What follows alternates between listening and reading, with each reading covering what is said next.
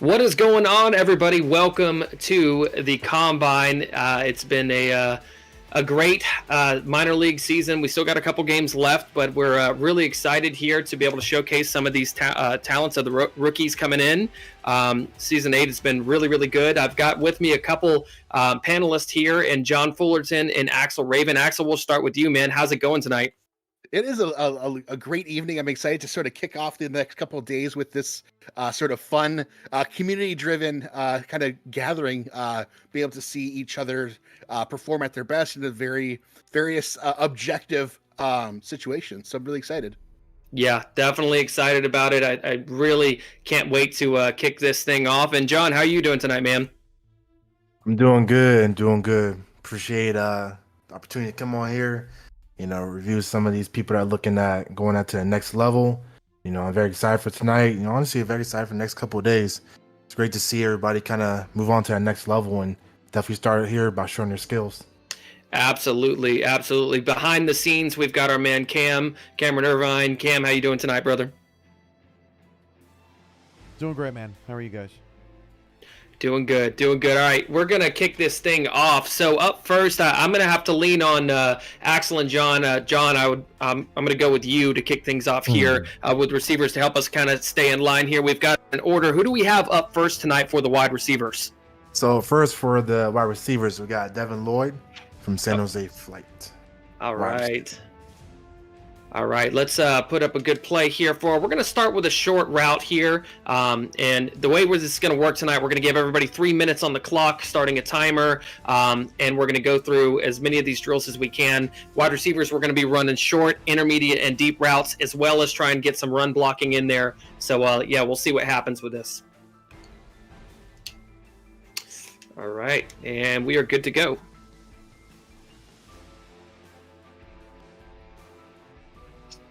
There's a target right there for Lloyd. We're watching over here. Devin Lloyd's right here on the far left side. On the left, Yep. That was a pretty close one. Little bump off. You love to see the separation there. Sort of that second effort to get in there, yeah. Love the cut there. That was a Nice. great cut there. Yeah. That's, you know what, Mike, and that's what I was gonna say too. I just love how Lloyd, as soon as that little 5 yards or whatever, he just cuts so fast to that corner. It's just crazy how fast he just cuts right there. Yeah, he's doing a really good job. Go ahead, Axel. Yeah, I was going to say the pairing of his speed 99 and agility at 95 is really seeming to play out here on the field. Just like, Yeah, he's doing a really good job. So coordinators take note going in to this next season, because I mean that cut is pretty. I mean, he's getting separation every time off of that, just about, and it says a lot.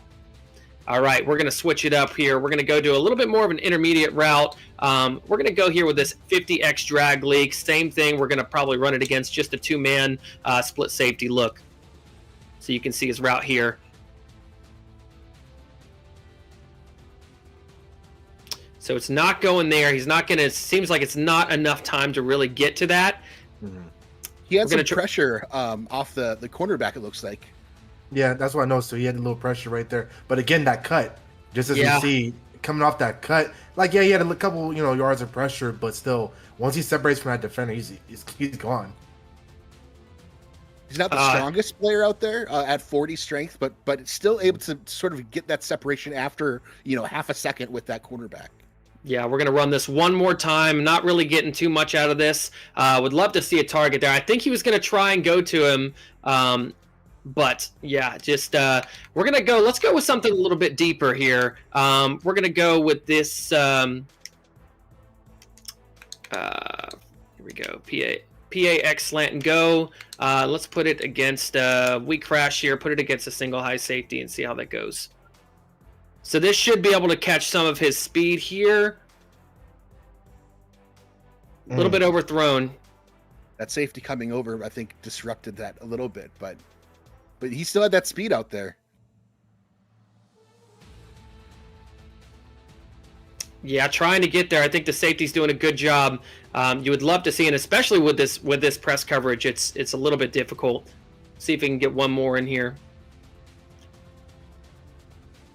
There you go. Wow, there he is. To the house. Yep, Yeah, to Go the up house. the peace sign. Go up the peace sign, boy. If those safeties are not playing perfect defense, there's that opening right there. Absolutely. So we're gonna put it against. Okay. We're gonna run. We'll run one run blocking play if you want to watch him here on the left, and then we're gonna switch players as our time is up. Does a good job holding him for a little bit, but not as much as we would like to see. Okay, who do we have next? Next up, we got Dalton Parker. Okay, Barker. Awesome. So we're gonna go here. Right up. We're gonna go to depth chart, and we're gonna I guess- put him here in this one. I guess as we're going to the next person, what I would say about Lloyd though too, just kind of like what Raven said, yeah, not the strongest, but even on that run block, he kept on going on with it to give everything that he can, and was able to just not a quick second, oh, I'm just going to drop, no, I'm gonna keep on fighting through it. Exactly. So we're watching that same slant on the left side here. This is Dalton Barker. Nice Oh. hands there Yeah. by that receiver. So what are you guys noticing from the jump here? The only I would say for me, right. Oh yeah, he's up right. Oh, we're going with a little quarterback sneak right there. But I don't know if the that was on. separation- I don't know if that was on him. He had the separation. Yeah, He did. Barker definitely had a separation. It's not as quick as Lloyd, but he's still there. And what I think I like about it too is just his size. I mean, he's got those 2 extra inches on him too, compared to Lloyd, where he was 6 foot.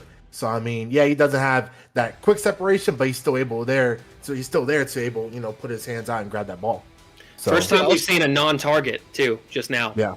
I would also say that there might, again, there is something to be said. He was open again on that max at a trait, but there's also not. It's not a bad thing to not be max, because that also delays how fast he's engaging the defense. As also we saw with Lloyd, he was right up in the face of that defender, where here there was some time to let the play develop. Perhaps he's open again on that one.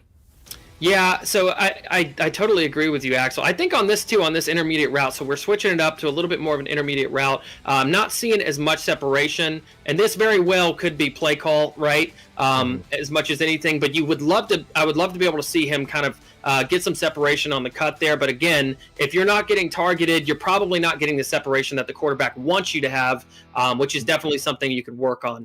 All right, so let's wait for this. Yeah, that was Lloyd. Okay, Lloyd, this is somebody else's show here. It's my time. Right. We're going to go back to that same PAX slant and go here. I want to try and make sure we have time to get to the run blocking here. And actually, I just realized I ran that against 2-man. We're going to put this against that we crash 1. Boy, I'll tell you what, when we decided on this 3-minute timeline, I was so much more confident. So we're not seeing a target there. We saw a target to Devin Lloyd. Let's do this again. Try and get him. Try and do everything I can to make sure that we're getting targets. But again, we have to realize that that's just part of the game sometimes. All right, let's see if we can get a target there. You're not getting, and that was interesting because I think he had the separation there, but he still wasn't quite there. We're going to run this about 2 more times, and then I'm going to switch over to the toss, and we'll see what he can get. Maybe because of his bigger size. There we go. Yeah, Ooh. got on that one. I think the coverage was there. We got one more time here. He's got pressed down. Let's see if we can make something of this. And even as a 80 speed, 76 agility, he's out there, running with the defenders at least, and not being completely smothered. So, I think it just goes to a really good coach, a good game planner to put him in the right position for to be successful. That is a decent run block. Oh, look at him pick up the second block. That's what I noticed. That was having the awareness to be able to pick up a second block here was really, really good. I want to see. Oh my! Let's go. Down. All right, let's try this again. Let's see what he's got here. Maybe run it 1 or 2 more times. I think we got to move on. All right, so time is up there.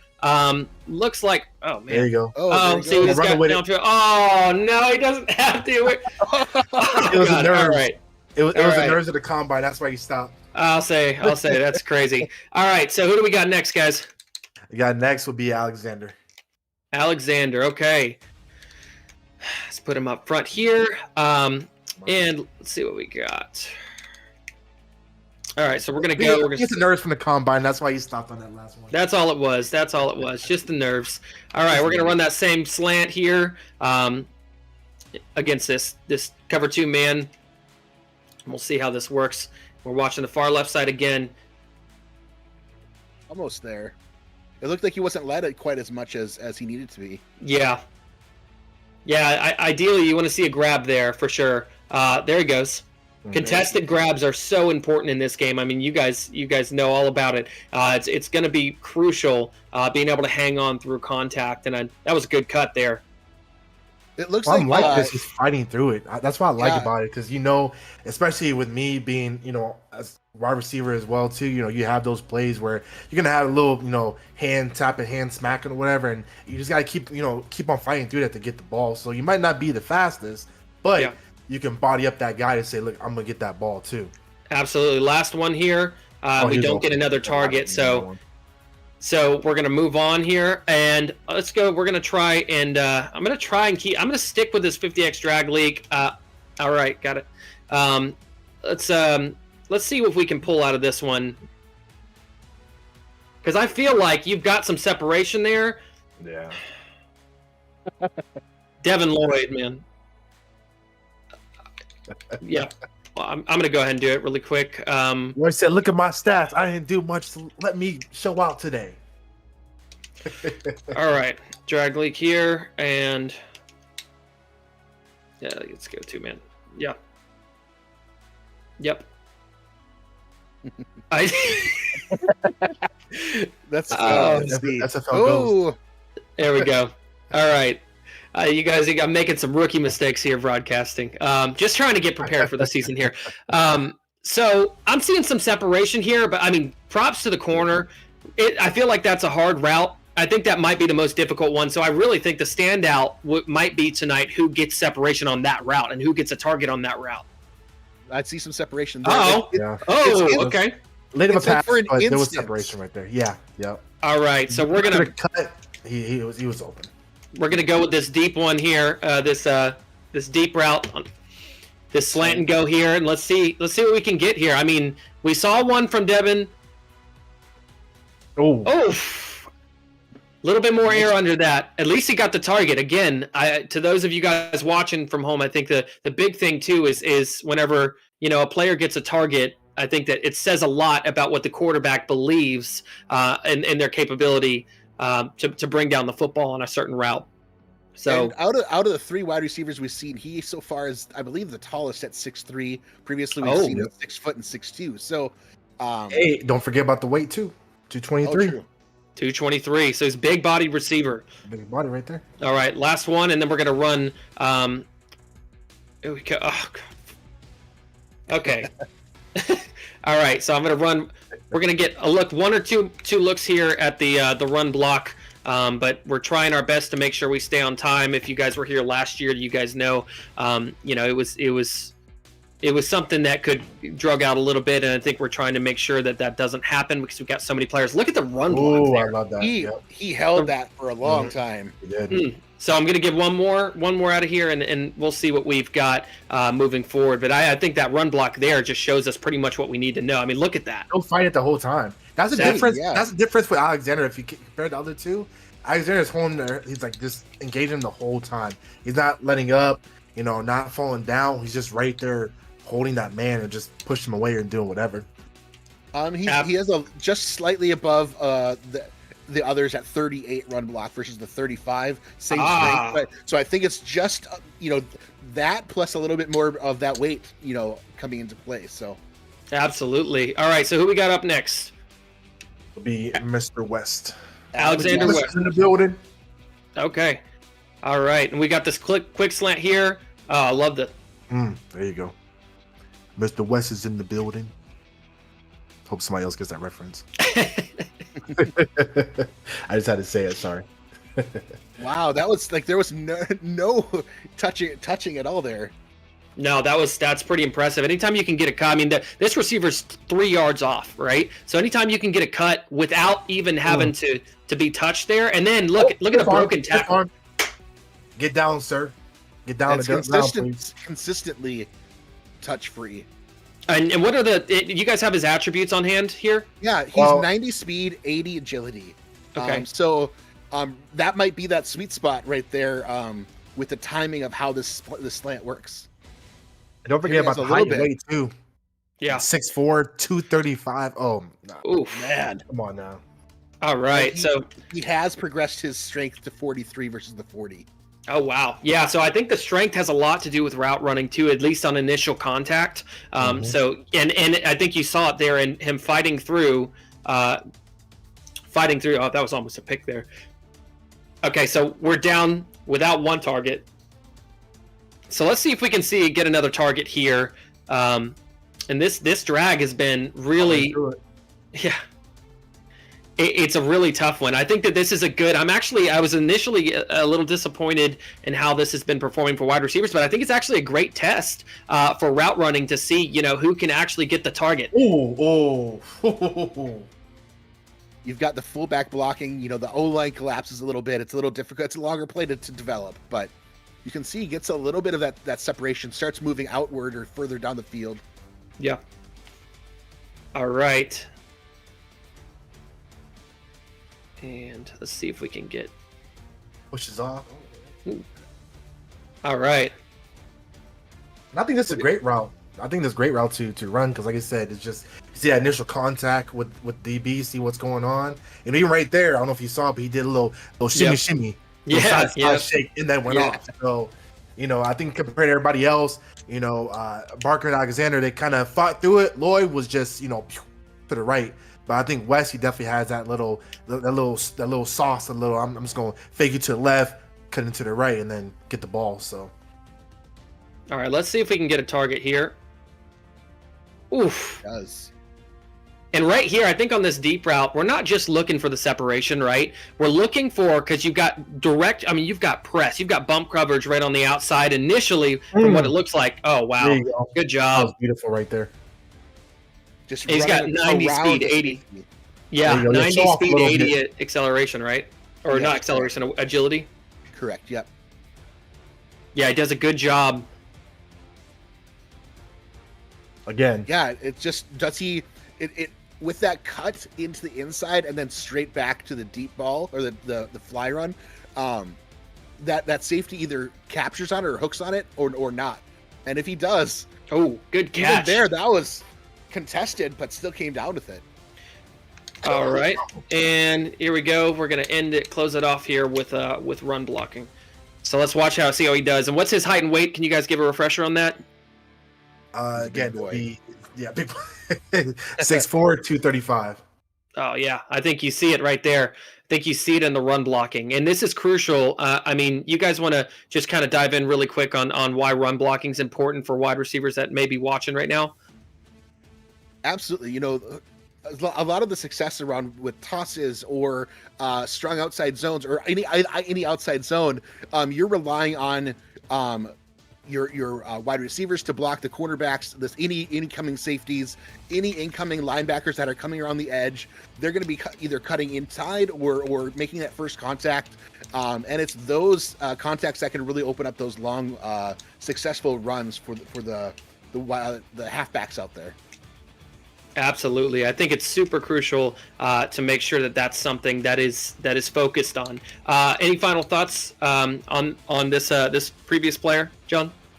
Honestly, like I say, just that's a big boy. That's a big boy, and honestly too, if any other team wants to pick him up, they could definitely tune him a little bit more. Maybe the weight, I might knock it down a little bit.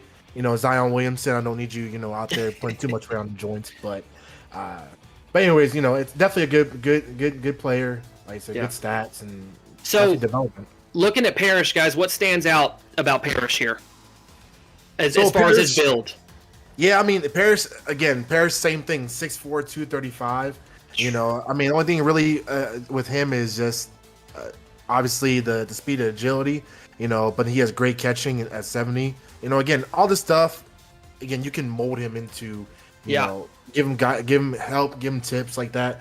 You don't expect for him to go out there day one, season one, and get, 20 touchdowns in the first season, whatever. But he could definitely be, Yeah, Right I there, love to see one-handed. the way he's fighting through contact. If you can tell by the big body and the strength, right? Just by his build, right? You can tell the physical contact, the physicality, and the ability to hang on tough contested catches. All right, let's move. We're gonna move to this is the danger route here. This has been this has been the hard one I think for all the receivers tonight. So it's gonna be huge. The first receiver that comes down with one of these and makes something of it. So CJ Parrish is about, I want to say, 6 weeks into their progressions or into their player. So again, even at that level, to be performing as he is a testament to making the right decisions and where he's been allocating his points and his money. So absolutely. Yeah, it's crazy, and I think that's the fun thing about this combine too. Is I think like the previous combine, we had a player by the name of Chris Delro that literally jumped in the combine, and I'm pretty sure didn't even play an SFLm game yet.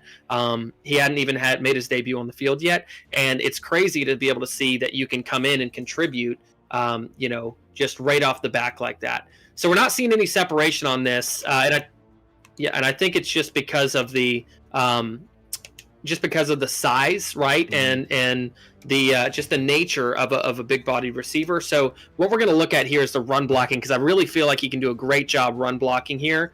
Yeah, look at that. Look at the hold. There you go. Yep. Doing a great job on that one. And I think, there's a lot to say. There's so much to say about team building. But I mean, let me ask you guys: if you have a receiver like this on your team, would you be using him more as run blocking and kind of short physical routes? That's exactly where I would probably be opting to put him in as is, some of those base formations, the Joker's plays or things as that wide receiver, as a blocking receiver, as a speed under or speed out receiver. Definitely. Oh, wow. He has 77 speed and 75 agility. So again, obviously not top marks there, but progressively getting better and better. And I think that aids well in just being a methodical type of receiver. God, the run blocking is so consistent.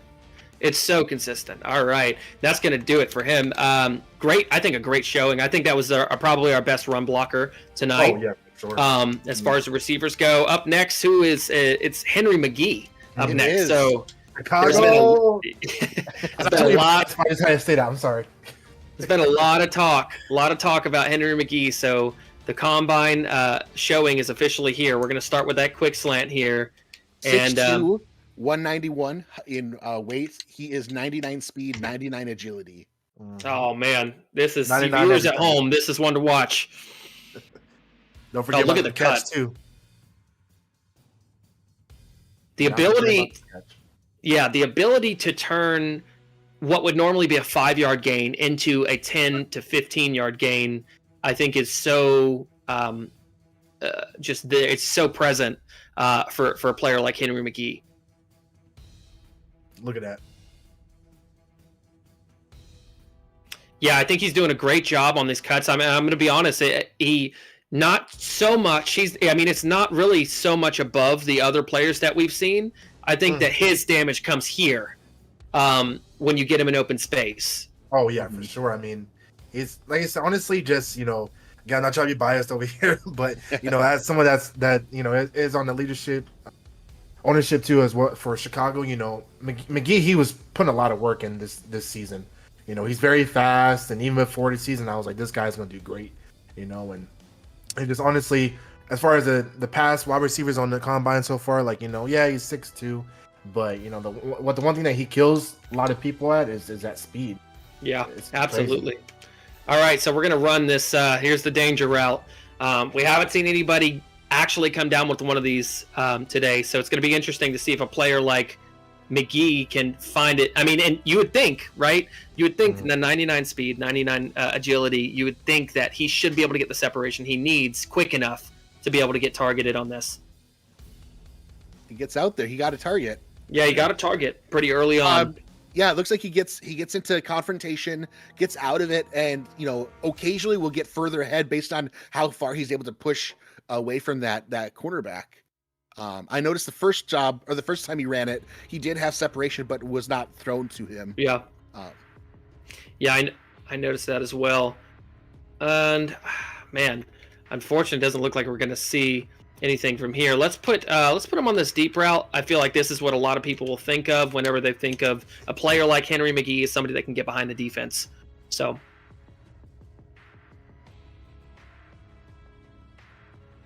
Oh, there you go.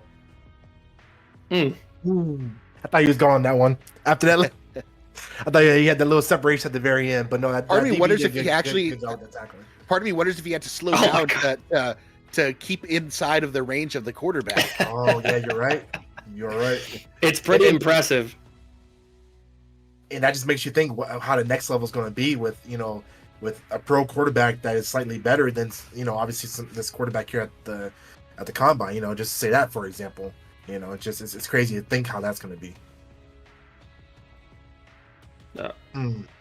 All right, so I'm going to get one more, just a quick, so we can get a look at his run blocking here. And we'll see what a player like Henry McGee can do on the outside here. Run blocking before we switch. Unfortunately, we are out of time for Henry. Wow. Not bad at all. Not bad. 43 strength, 40 run block for him, so he has progressed. He did fall down on that block, though. He did. To say it. So, all right. So let's move on here. I believe we've got Tarantino next. Is that right? Tarantino up next. Yep. All Another right. Chicago win. Warriors. Okay. All right. So let's see what we've got here. We're gonna start with that same quick slant. All right. So he's 6'2", 220. 6'2", 220, so good size receiver. It's definitely ideal for an outside receiver.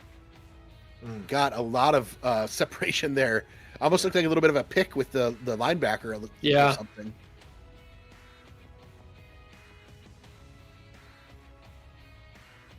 Wow, he's getting really good separation there. Very nice hands, too, on that catch there. Yeah. Oh, I love the physicality. See, that's what I love to see a player be able to fight through contact and track a ball. I think that's really, really important for wide receivers, especially whenever you consider how good a lot of these DBs are in the pros. And I will say too, Tarantino was very reliable this season. As far as on my end, kind of just watching him grow within the season. I mean, just looking at his stats too. 155 yards total and the touchdown too. So he was definitely that secondary option. When teams would, double press or double coverage or whatever, McGee. So Tarantino is definitely a great, reliable backup. And even, like I said, maybe the next level, he'd be the same way too. Yeah, I definitely agree with you there, John. We're trying to see, man. I think the combine defense is getting a little jealous of all the offensive attention here. It's pretty. All right. I'm going to give one more run on this, and then we're going to go to the deep shot, and then close out with the run blocking. And we're not going to see a target here for Tarantino on that, but that, again, does not say much. We've seen very few players get targets on that, and even less come down. I don't think we've had anybody come down with it. So, all right. So he has 84 speed, 83 agility. So, in the adequate area. All right, let's see. I want to note there that when McGee ran that route, that go route, he cut it up the numbers, and in this case, there he did. Tarantino did it there, but Tarantino got pushed inside on that first one. Yeah, that's definitely something important to look for. I think that says a lot. So what's the strength? Can you guys give us Tarantino's strength? He's 51, so he's been working on it. The base is 40, so he's got a good 11 over the base. But you're definitely not seeing the cuts as you're the agility like you would see in a smaller player or like in a player. Similarly, their run route is 67 versus McGee's 88 in run route. That crispness of those cuts and things paired with the agility. Yeah, So we're gonna close it out with some run blocking here. Run one or two of these. See how he does. Oh, the strength though. There you go. The strength Defender is. did come off a and little he bit, pushed but he out another continued to blocker. fight. Yeah. He did. He's got some All right. hustle. Yeah, you would love to see. I mean, it really is great from a player his size and stature. I mean, look at that. I mean, that's all you can ask for. Yeah. Take down the defender and block up the spot for the chasers. Exactly. Take him out of the equation, and I think he does a good job there. There you go, right there, still fighting. I'm telling you, Tarantino, he's been such a good person the whole season. Can't lie. All right. So up next we've got is it King? Yeah, we do. He's right up next. All right. Easton So King. there's there. All right. So we're gonna start out once again with that quick slant. See what we got here.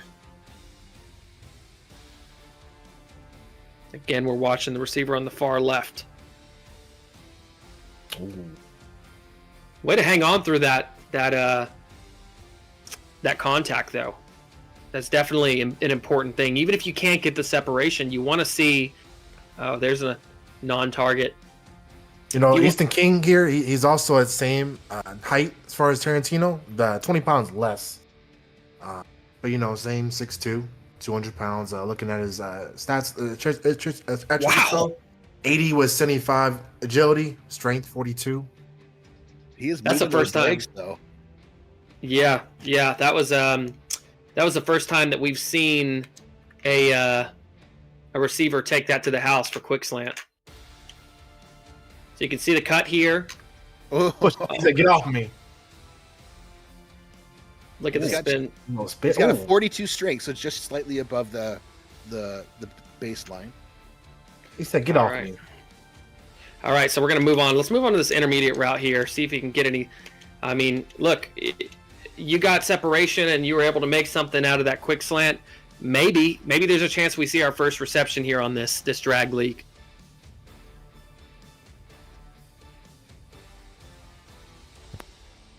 He was certainly fighting in that route. I can tell you that. Yeah, it's a hard. I mean, this is a difficult route. I think this is a route that I think even major league players right now, the pro league, would have trouble with for sure. Correct. So Yeah, if it was a simple post route where they're just continuing on that angle, but they have to flatten that out, and it seems like that takes away a little bit of that separation. yeah, it is. It's a little bit difficult. It's definitely a route that takes a little bit more time to develop. We're going to run it one more time here before we move on to that slant and go. All right. Let's see here. There we go. This is a corner blitz and should be good to go here. Let's see.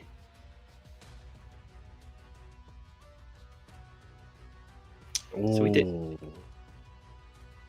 get a target there. I think it was a little congested though. I think that he wasn't able to get the separation he was looking for. Let's see.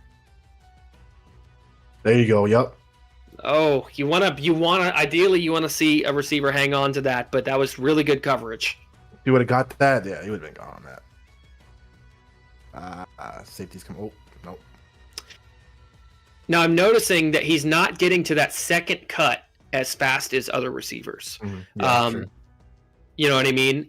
So can we go over his attributes one more time? His 80 speed and 75 agility, and his catch and run route are both 70. Okay. So again, a little bit of a step back from where we were seeing with I think Tarantino in agility and run route. Yeah, I definitely think that this is a player. It's more of a well-rounded player, right? This is somebody that you're going to have, and like I think you said that the Joker's packages or a lot of your pro sets. We're going to run one more play here and then going to move on. But I liked what I'm seeing from the blocking for sure. I think he's definitely doing a pretty good job outside blocking. So who do we have? Let's go. I believe The last one is Duncan. Yeah, to close it out. last receiver. Wow, guys, I just got to give a shout out to us because this has been last. I'm pretty sure last combine took like 3 hours for just the receivers. So it was up there. I'll put Tarantino on the other side. All right, so we're gonna start with this quick slant. Close it out, Duncan. All right, yeah. I want to see a big finish here. Let's see what we've got on the outside. So he is 5'11", 240. So a little bit more of a rotund type of receiver, if you will. As you might see. Lose that weight. He might be able to use that in that checking. You see him sort of pushing that quarterback out. Way to track. Way to track. Yeah. Great catch. 75 speed, 75 agility as well. I like that. Well, you can surely note that he's really good at tracking the ball. I mean, there's been a couple different situations here where he's been able to come up with a really tough grab. So definitely impressed as far as his ball tracking skills. Very physical ball player too. He's definitely using that weight. Yeah. He said, "Get out my way." All right, we're gonna go one more here. When we saw the really fast wide receivers, they were usually over the middle of the field around that position. But the ones where we've seen Eric Duncan catch the ball and come down with it, he was on the left hash mark. So even a solid 3 or 4 yards, before earlier in their route where he's catching the ball, which again disrupts the defensive plays, if we will. Absolutely. So let's see what we get on here, because I feel like he's got this bigger body, right? He's got that weight on him, so you might be able to see. He's getting a good push off there, but that's a really, again, like we talked about, it's a very difficult route to make that full, 45-degree cut or 90-degree cut, and turn like that. So I don't know if we're gonna see one from this route. I think this route might be a little too difficult for a lot of these receivers out here, and even for the pro receivers, honestly. They're doing pretty good with just getting off of that defensive back right there, just going up, making that little separation. I don't know, maybe it's a little bit just the route, like you said, maybe the quarterback. But what I like about they're not being overrun by that defensive back right there. Maybe we just have to say that these wide receivers are team players, and they're allowing the other wide receivers to shine. Right. Yeah, there you go. Such as Tarantino right now on the right side. That was a little flashy there by Tarantino. So what are you guys noticing on this route? It's 2 times in a row he hasn't been targeted, and what do you guys feel like is indicating that? I think you're just looking at it again too, and maybe it's just like you said, a little bit of the speed, the weight right there. He's able to fly by that first defender right there. Like I said, maybe just speed agility is just slowing him down a little bit, but again, that could be worked on. Of course, you got a whole season to prep for it. Have people guide you towards that goal. But again, speed at 240 is different than speed at 200. Exactly. I was gonna note too at 5'10", or was it 5'10"? Yeah, 5'11". Yeah, 5'10". 5'11". Maybe the quarterback's not going there because he doesn't have the height, right?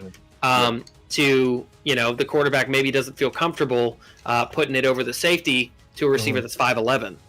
And he not even able to. He seemed like his speed was keeping him from in front of the safety versus beyond the safety. Yeah, I'll tell you what, he's he's controlling that run block there. I think that the weight is doing a big factor for him there. That's all fighting through that. That was a great. That's what I'm saying. That run block. Like I said, the weight is helping him. Yeah, just cut down a little bit, but even like at the run blocking, he's doing good. Find that defender and not let him go anywhere. Just looking at the whole time. I was only about looking at the other wide receivers. They might have a couple seconds where they can only fight that person. He's fighting through the whole play. Right. Whatever amount of time. For a receiver like Duncan, you might actually, if someone were to draft him, he could be looking at playing a tight end 2, subbed into that position, occasionally to block on the, let's say, the left side if the team doesn't have a second tight end. Exactly. All right, so we're moving into tight ends now, and we're starting here with Jimmy Went, correct? Yep. Yes. All right.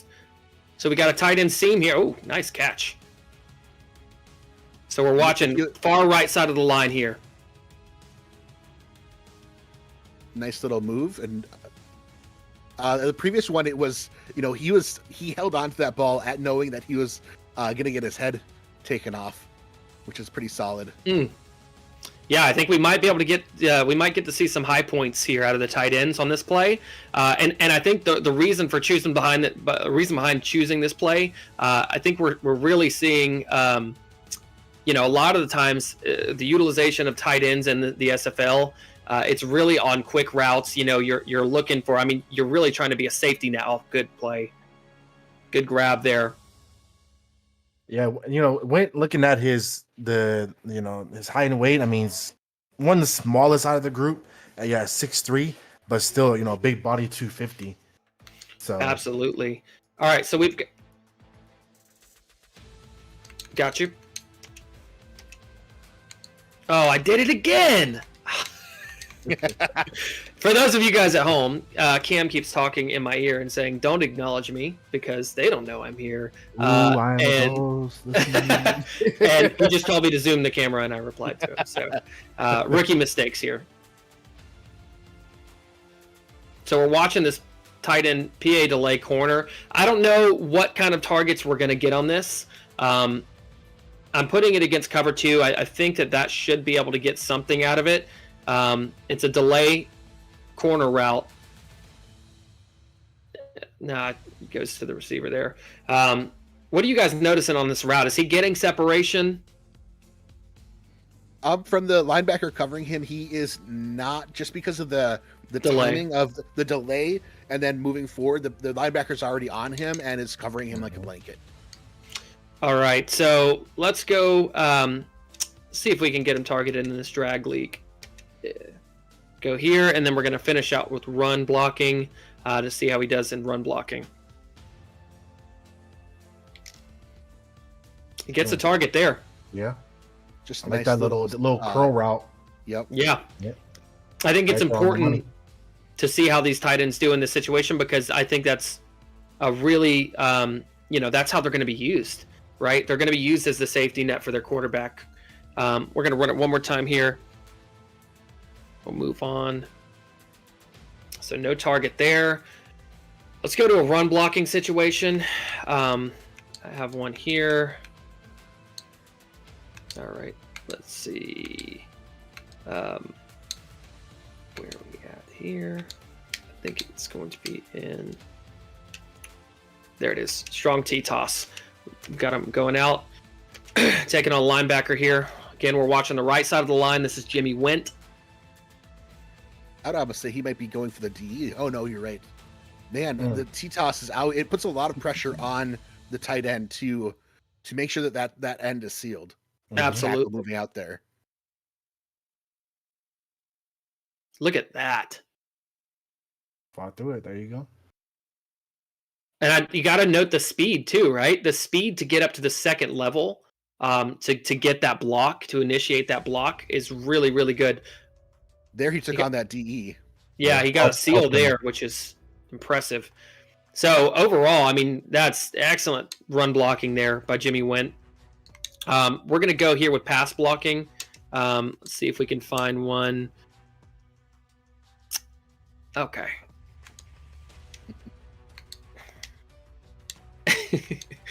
Okay, yeah, I think that's we're gonna have to move on. We're gonna have to X-nay the pass blocking for right now and just move on.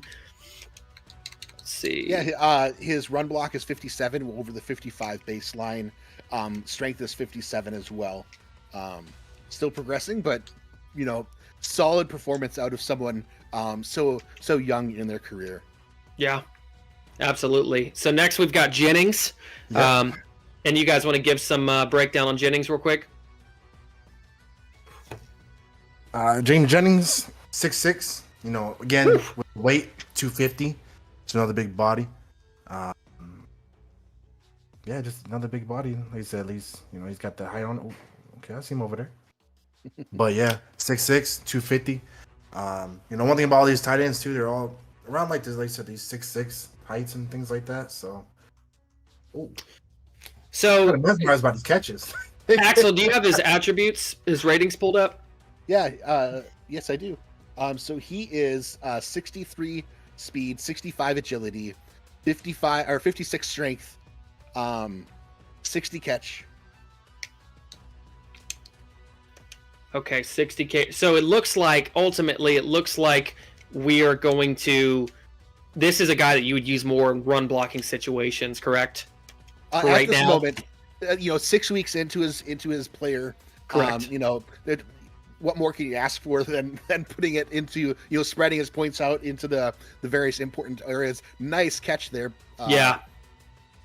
But yes, Huge grab. at this moment, I think, a very solid, pass blocker, a solid run blocker, and can catch the ball Yeah. as well. Even contested. Yeah, even contested. That's pretty impressive. It's a weird position for a catch and just catches it and just holds the ball down to the ground. I mean, just for it to turn back around like that and catch it and then fight through it, yeah, that's a great The catch. athleticism, definitely. Yeah. Yeah, I think it's saying a lot that he's even being targeted in a situation like this. Okay, so what the gunning say in the chat? He said Jennings changed over from a punter. That man was a punter. he was a whoa. What? Yeah, that's yeah. Jennings All right, definitely a great pickup. We're looking at that run blocking scenario now. He got a seal there. That was He great. definitely did. Oh yeah, there you go. Allowed, if you didn't get that seal, that DE would very likely have pushed that halfback further or deeper, and further outside. Instead, Wow. he got 15. There, another 10-yard run. Yeah, I want to see him get up to the second level at some point. But there you go. Yeah. Yeah, that's awesome. We're gonna get a couple more looks at these. I did Just notice really the defender did come off, but Jennings continued to fight him even throughout the whole play too. So that just shows you that Jennings is willing to, he's just willing not to give up at all. I think his size too is really, really great for run blocking scenarios. Oh, we got a chip there. All right, we're gonna move on. Who do we got next? Onward, Paka. All right, Paka. So, you guys want to give us the rundown on the height and weight, attributes, everything like that? Yeah, Paka 6'6" again. 6'6". Weight 265. Looking at his attributes though, 60 speed, 65 agility, 55 strength. Catch 66. So fairly, slightly better catch, slightly slower, but really fairly similar, other than that 15-pound weight difference between what we were seeing with Jennings just before this. So, Let's see if you can see. I mean, it's always a good sign when you get a target on the first attempt. I think that says a lot about, the quarterback having trust in the receiver. So he doesn't get a target there. Let's see if he gets one more on here. it seems like he's getting bumped a little bit at the end of his, 10 yards out, before he can make his, before he can get any separation. I think that actually might be a little bit of that speed coming in, isn't able to get past the linebacker coverage. Yeah, I definitely could see that. Let's go with this tight end seam here. Should be matched up against a linebacker. Yeah, he's getting bumped there. Fighting through it though. I mean, definitely getting bumped around a little bit, but continue to fight through it. Yeah, you want to see. Ideally, though, you want to see. There we go. There you go. Yeah, you want to see it. You want to see a catch there. I like the back just the back step. Like he saw a ball coming, was able to turn around and just get ready for it. So I mean, he's definitely got potential right there. Yeah, for whatever reason, it doesn't look like the timing on the route is in sync between the quarterback and the tight end. I think it's that bump there. So ideally, you want to see the strength to be able to fight through that. Let's put him in this run blocking situation because I feel like he's got the speed to be able to take a linebacker out of the equation here. So let's see what he looks like on this run blocking. Even a seal would be nice too. He is 9 weeks into his player and looking at his progressions, he spent all 9 weeks working on his catch, so he should Okay. have pretty good hands out there. So again, if he takes and spends a couple more weeks on speed or agility or run route or whatnot, just to raise some of his other traits, I think he's going to be a very solid catching tight end out there. Yeah, it's going to be interesting, and I think this is what makes the combine so great, right? We get to see these rookies at a point to where, you know, they may be underdeveloped. You know, a lot of these players in this combine are underdeveloped, but it's beautiful to be able to see what they can make of it, and whenever they go to the pros and see how, you know, it comes to fruition. He had a great closing of holding of that edge there with against Yeah. the DE. Same Oh, he there, just man. had a pancake. Wow. So That's even impressive. the innate athleticism that he has, he's able to take on these big boys on the line. Yeah. All right. We're going to move on Run here. blocking. Yeah, the run blocking was pretty good overall. All right, who do we have next? We got next. Actually, to close it out, it's Peace. Daisy Peace, and I think a lot of people would say that Daisy Peace is. So we have McGill still. Oh yeah, Wait, we do have. Oh, my Gil. bad. My bad. Let Sorry, me down, John. Sorry, off microphone. I was coughing up a lung, so I came back. I came back. I'm like, are we done yet? No, I'm bad. So sorry. All right. So I've let's been see. under the weather for a little bit. All right, so let's see what we've got here. We're gonna do this. Where are we at? Tight end skinny here. All right. So McGill joins us from the Nashville Tempo, who are still in their running. Will be playing later tonight. Hopefully, he's not too winded from this. Oh yeah.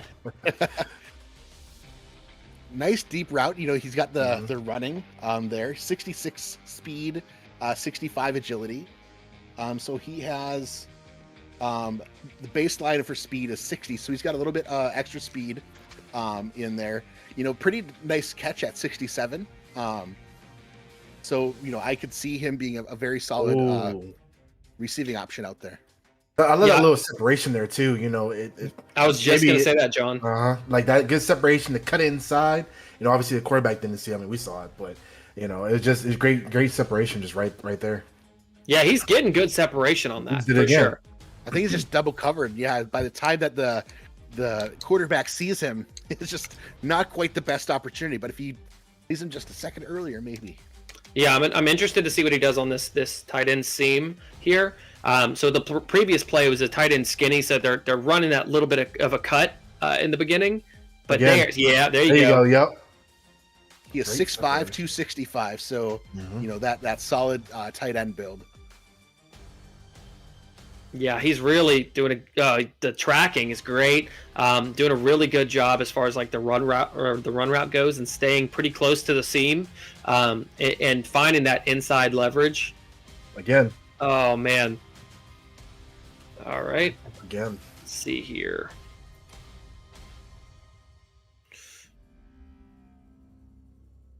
Little Yeah. bump, but still able to recover. I was The just about to hands. say the same thing too, Raven. Just that little bump, but continued to hit that route and catch that ball and break. Almost seems to like use it to his advantage to like get that separation even.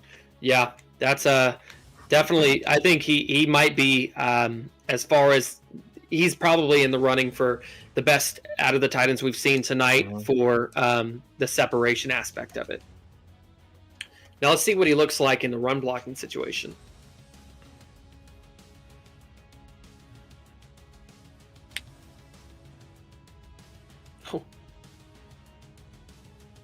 I think that running back said, "I'm tired of running." I said, "Don't you have some other running backs that are trying to do something?" Oh man. Like, get that man some bananas. He's But cramping yeah, up out there. number 43 McGill, you know, both times has come up against the DE. Looked like he's been on his back foot a little bit, you know, getting Yeah. up against a big end like that, but still does his what he needs to do, what his target is. So I'm wondering what is happening with this fumble here. Oh, just he's cramping up. All right. So we're going to give it one more here, and we're going to move on. Oh, God. That was impressive.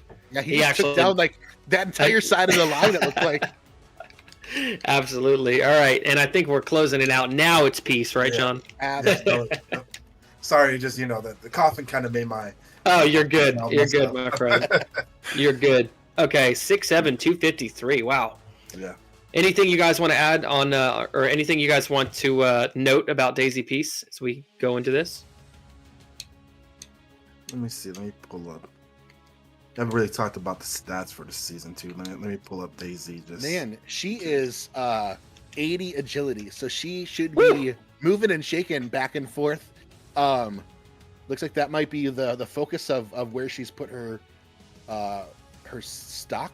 A little bit of extra. It looks like a little bit in speed, a little bit in blocking, and catch and run route. But really, that agility is the thing that is really surprising me right now. So she's really, really trying to be that well-rounded, like, utility tool, right? It looks like it. Yep. Again, with the emphasis towards agility to be able to perhaps make those Lauren Percoco type cuts, perhaps. Yeah. Oh man. Yeah, I'd be curious to see how she does in, with the blocking and see how that comes to fruition.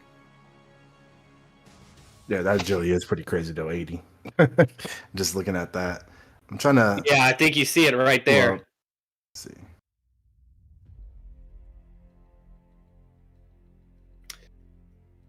Just a simple seam. Yeah, just the ability to cut inwards, make that leap.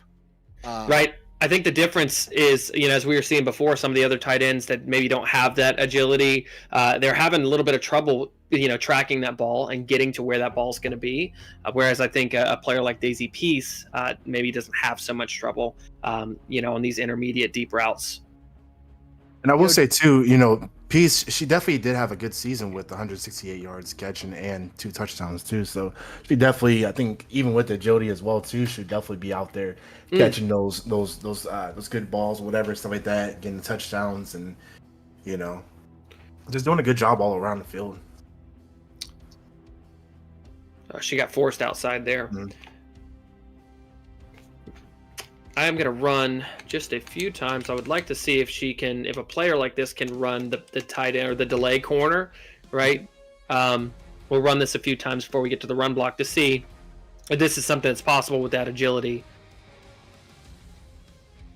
Got held up right there a little bit, but was able to fight through it. I think that delay really does kind of take away from the target. I'd say both the delay, but also it's pretty busy on that right side. Oh, yeah, it is. Yeah. Nice target there, though.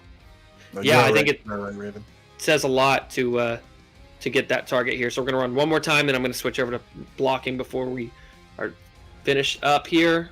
And it's, first interception of the night. Yeah. All right, let's go here and let's go strong T-toss. Let's see what she can do at a run blocking situation. That agility, really might be able to pull and get out there to pick up extra blocks. Yeah.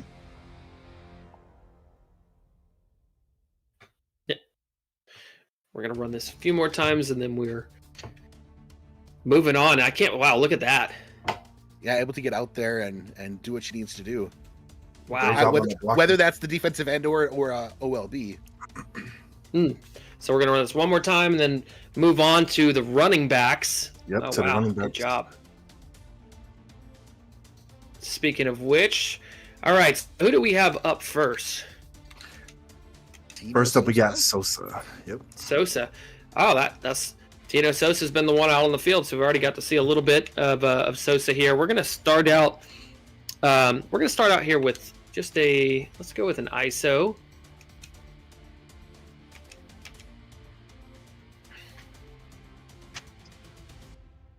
For Sosa, 6'1", 215, speed 80, agility 80, strength 55. Wow. Broken tackle 55. Pretty right impressive. Now I think he's tired right now, actually. Don't look tired to me. Yeah. I'm definitely impressed with the release. Just the jump that Sosa gets.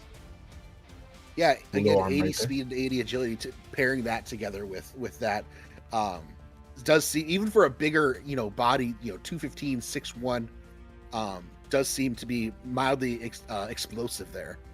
Yeah, I definitely think that Sosa seems explosive off the line. We're going to run one more here, and we're going to switch over. Only a 55 strength, so nothing to write home about there. But and similarly 55 break tackle. So still able to, it seems like using the speed and agility as the thing that they're banking on and getting their yardage. We're going to run into a power here. And to bring up too, just for as far as during the season goes, Sosa had 586 yards rushing. Actually, had 5 touchdowns and no fumbles at all. His longest rush was actually 25 yards too. And correct me if that's because they were on San Jose. They only played 5 games, so that's an average of 100 yards a game, roughly, right? Yep. So we're going to run one more here before we move on. Man, ability to make something out of nothing is apparent. We're going to run a couple tosses, and then I would like to actually run a screen, see how Sosa does in a screen situation, because obviously that's a very important factor of being a running back. I think they do really well with the toss that we saw earlier, in all of the passing or the pass block or the run blocking examples, and through the middle. That power just didn't seem too much chaos on that edge. Get off me. Wow. Yeah, Tino Sosa's looking really good right now. Draft stock, I think, going up. All right. We're going to run one more. We're going to, for the sake of things, cap things off with the screen here. And actually, to bring up Sosa before we close him out, too, kind of like what Gunny's saying in the chat, is, Sosa did play as the cornerback for Lincoln last season, change over to running back. So definitely this is, just a preview of what is to come in the pro level, too. Wow, nice breakaway there. Wow. And there you see some of that speed and agility coming out. Yeah, we'll run one more and we'll switch over. Who do we have up next, guys? Well, here we go again. My Chicago Warriors. So got Knox coming up. Fort Knox. Okay. All right. So let's get a look at Knox. Any final things to say about Sosa? Gunny was mentioning similarly that great locker room etiquette, great attitude in there. So sounds like an all-around great pick. Yeah, I think Sosa's draft stock is. I didn't know if it could go up any higher because he's already been pretty up there. But wow. Oh man, Mr. Golden, man. So 59-yard run on an ISO. So for Knox here, Knox 6'3", big boy at 235, speed 75, agility's at 85 though, strength at 55, broke a tackle at 60. Looking at look at the vision. Just the season, and we can kind of put this in perspective. Is he had hit over at least 1,000 yards? I mean, granted, we're still got one more game to go. Hopefully, with Chicago, we want to win the championship, but over 1,000 yards rushing and 14 touchdowns.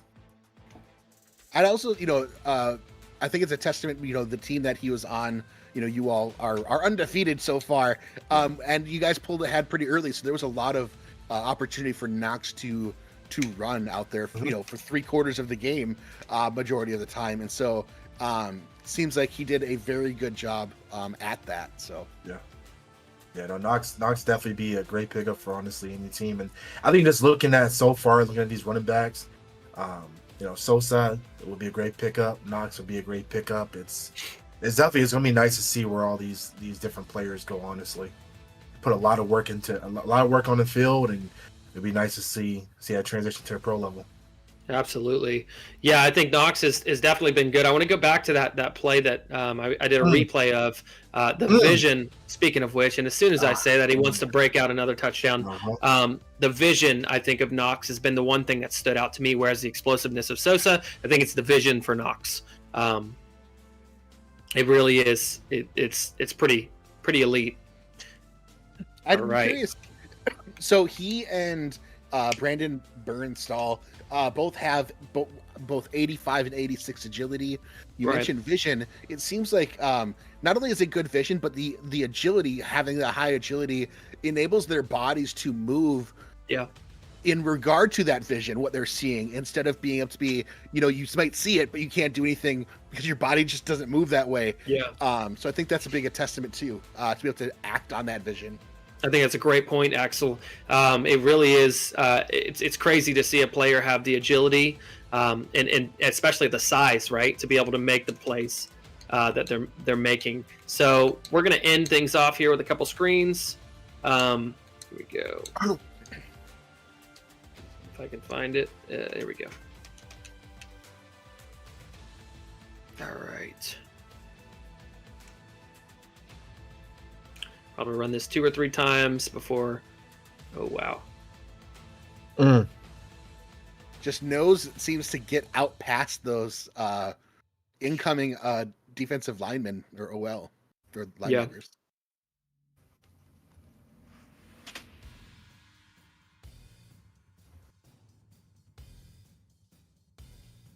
Yeah, I think Knox is doing a really good job tonight, and I think that this is about what I expected, considering the season that he's had. I think that this is about what I expected for Knox's combine. He's been unbelievable this season. Definitely interested to see where he lands in the pros come draft night. Oh, the first tackle is always gonna be broken. I swear. Yeah, that's a guarantee. All right, who do we have up next? Blitz. All right, BB Blitz. Let's see. Wow. Okay, what's the size on Blitz? Did I see that right? Let me see one time. 6'4", 245. 6'4", 275? 245. Oh, 245. I thought you said 275. So like a mini tight end, if you will. Yeah. Wow. Oh, wow. I love that little jump right there. That was such a beautiful jump.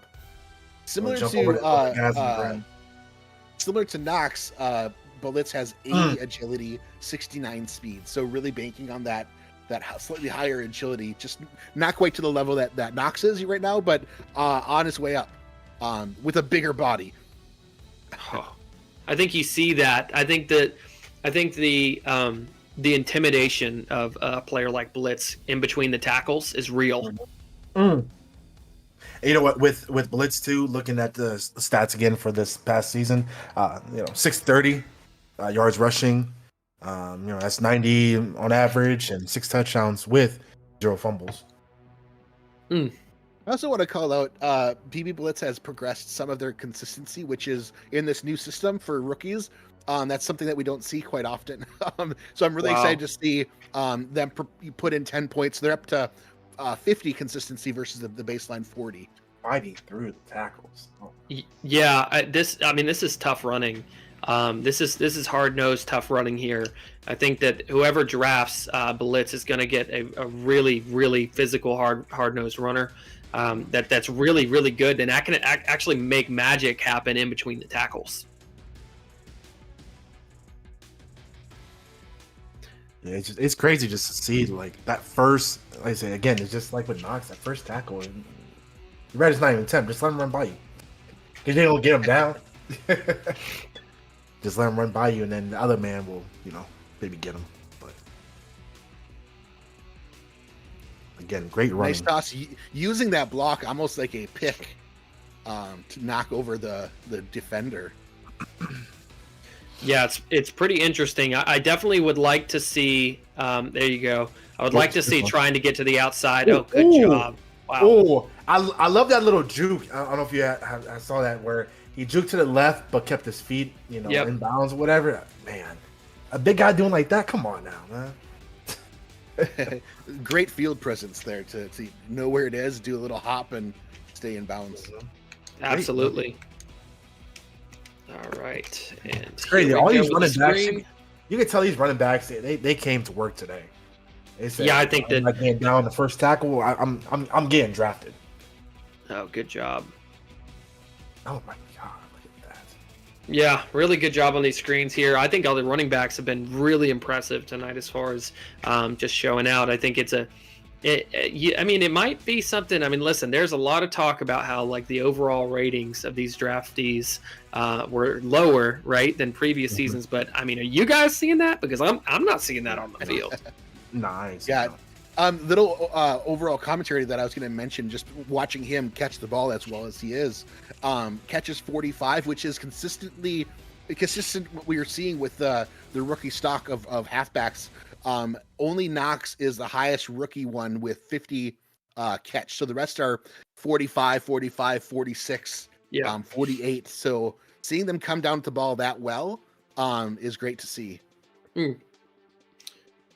Ideally, you would not like to see a quarterback throw that. Pursuit. Nice pursuit there by yeah, there you go. Great pursuit. We got some hustle there. All right, who do we have next? So yeah, next is James. All right. All right, Deion James.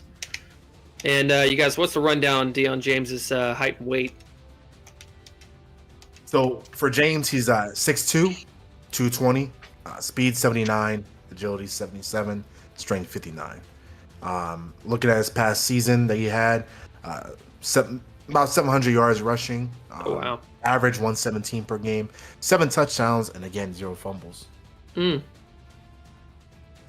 is on the lower side of the entire, halfback class on progressions, but he's 79 speed and 77 agility with a little bit of extra strength, so he's 59 strength. Has a little bit of progression in jump, a little bit in break tackle. So right. A nice salt and peppering of traits. Ooh. Yeah, I like the physicality. I like how he's not scared to drop his shoulder. I like that.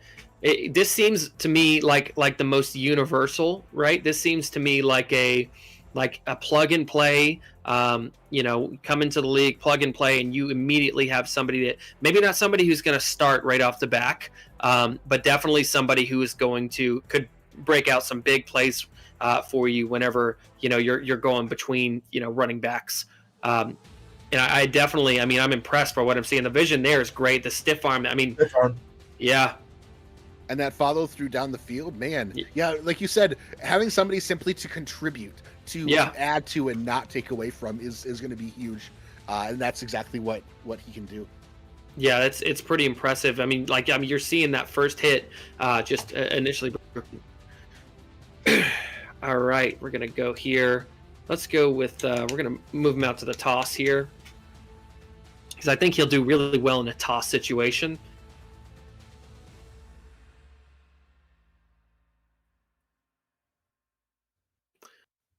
Want to see him get to the edge a little bit. I think it got hung up a little bit on the blocker. Well, I love again just the fight, just to like I said, even right now too. Again, that first tackle, making sure it's not -5 yards is maybe -2, but still fighting.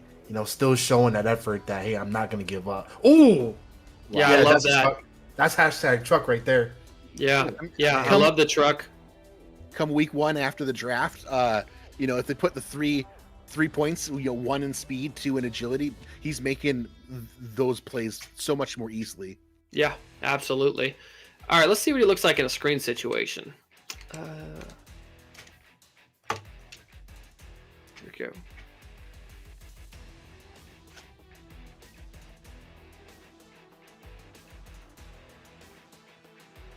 Oh, look at the just ability to get to the sideline. Another truck. Get out to the edge is great. Hashtag truck. I appreciate that visibility to not go too far to the sideline. Man, wow. Even that turning nothing into something. Goodness. Yeah. He must have heard about the hashtags, because now all of a sudden it's all trucks.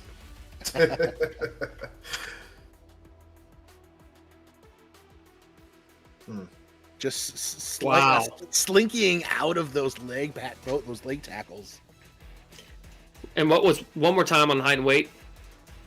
Let me see. It's neat this one time. All right, here we go. Again, 6'2", 220. Oh wow. Okay. All right. Who's up next? So it's actually close it out. Yeah, let's catch him. Ace All catch right. him. 6'2", 225. Anything to note about the attributes for Ketchum? You know, looking 85 speed, 77 agility. Oh wow. Okay. He's got some progression in catch as well, so he should be able to grab onto it. Love that spin. During the season or during the tournaments, and the 3-week tournament or season, whatever you want to call it. He was sort of the part of a two-headed monster with Younger on Nashville, and they're playing tonight. Oh wow. So you guys can catch him at what is it, 10:15 Eastern? That is, yep. Anything we're noticing off the back about Ketchum? So far with Ketchum, it doesn't look right now. It doesn't seem like that he doesn't have that initial truck, but he has the slitherness of to make a little spin, juke, or whatever it is to get out of there. Even right there on those broken tackles. It's spin. It's like what I'm saying. It's not. He doesn't have the truck, but he's using those jukes, using those spins to get out of those tackles. So this is a player that you would expect to see a lot more on the outside, right? Setting the edge or getting to the edge, and really trying to use the speed as an advantage and the agility. This is I think maybe more of a finesse runner than the other runners in the group. I would think so, yeah. Let's see what he looks like. He's kind of telling everybody, he said, look, instead of looking at the guys that can truck, look at the guys who can also make someone break their ankles. Yeah, there you go. So that's why I'm definitely knows about Ketchum. He's just Interesting note here. It's the first one that we've seen cut inside on a toss. Mm-hmm. That's what I'm telling you. He's just slither like finesse. Like that's what I'm saying. You broke it down. Mike it's crazy. It's crazy how he's doing this. You don't know exactly where he's going to be going, and I don't even know if he does, but he's just got this innate, ability to move and slither, like you all have been mentioning. Yeah, I think out of this whole group, he's definitely been that one to really be that finesse running back style. Just a little juke spin, and that's it. Like he's like, oh, I don't have to run you over. I'll make you break your ankles. Yeah, there you go. All right, let's see. Props to this defense, man. This defense has been picking the screen up. There we go. Nice catch in stride. Yeah.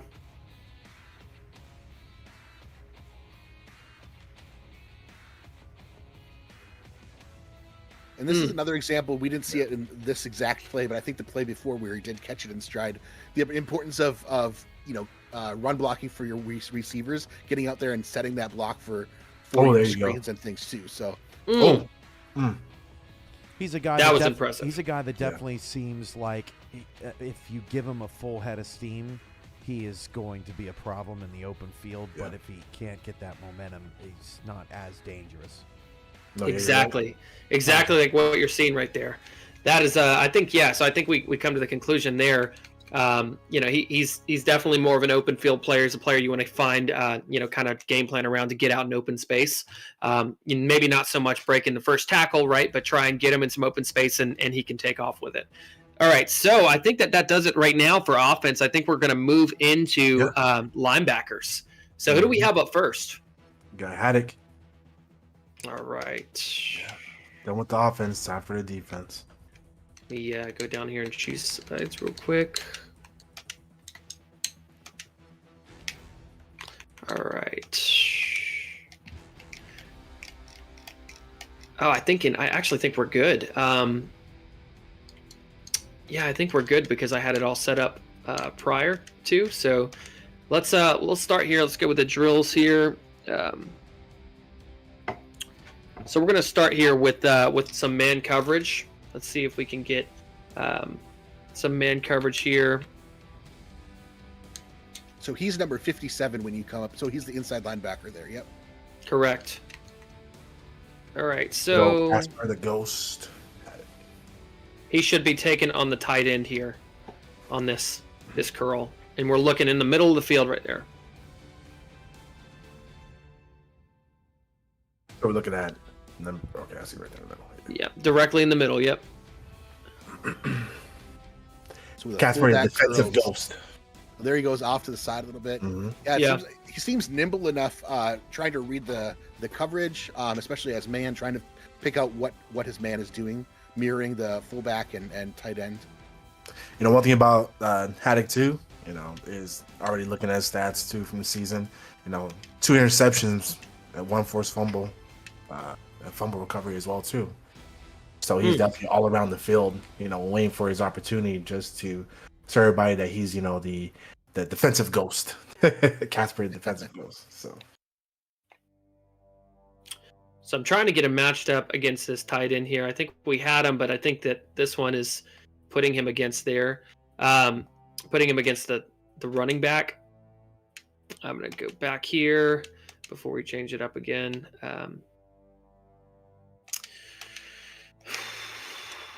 Give me 1 second. I apologize, guys. This is the first hiccup of the night.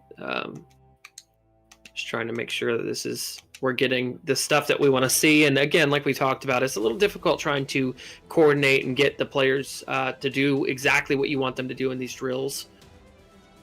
It just shows how dynamic this game actually is and how many variables go into each There are play. so many variables. It really is. They do not cookie cutter themselves. No. So let's put him in a zone. Let's see what he looks like in the zone coverage here. We're going to put him right there. We've got this skinny seam here, and we've got him covering on the hash marks, if you see. So let's see if he's able to really keep the tight end from getting targeted there. he's doing a good job at picking up that tight end. You can see him doing a little fake blitz right there coming down, but just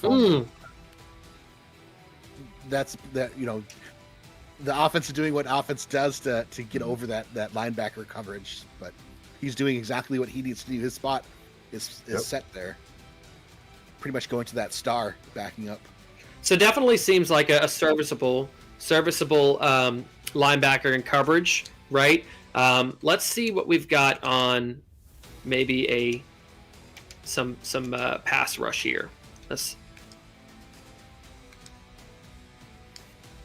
we go. Just to talk about Haddock real quick too. 6'6", 253, coverage at 56, run coverage 65, tackle at 60. Speed 71, agility 75. I think that all helps them, especially during the season, with getting those interceptions too. Throwing a couple plays here. Oh, Battling up with that center is going to be a tough work, but he's not afraid. It seems like. Yep. Yeah, it's going to be interesting. Interesting to see if he can make something happen. I mean, blew up a play right there. And listen, it's not. I mean, you ask any offensive coordinator, the pressure's not about getting to the quarterback. The pressure is about disrupting the quarterback. Yeah. Mm-hmm. He's got double teamed there. All right. I'm gonna run one more quick drill here on a toss just to follow and see how the run coverage is. How his pursuit is, yeah. Yeah, how the pursuit is before we move along. Oh, it seems like he might have known that it was coming that side. He shifted a little bit to that weak side. I'll run this a couple times.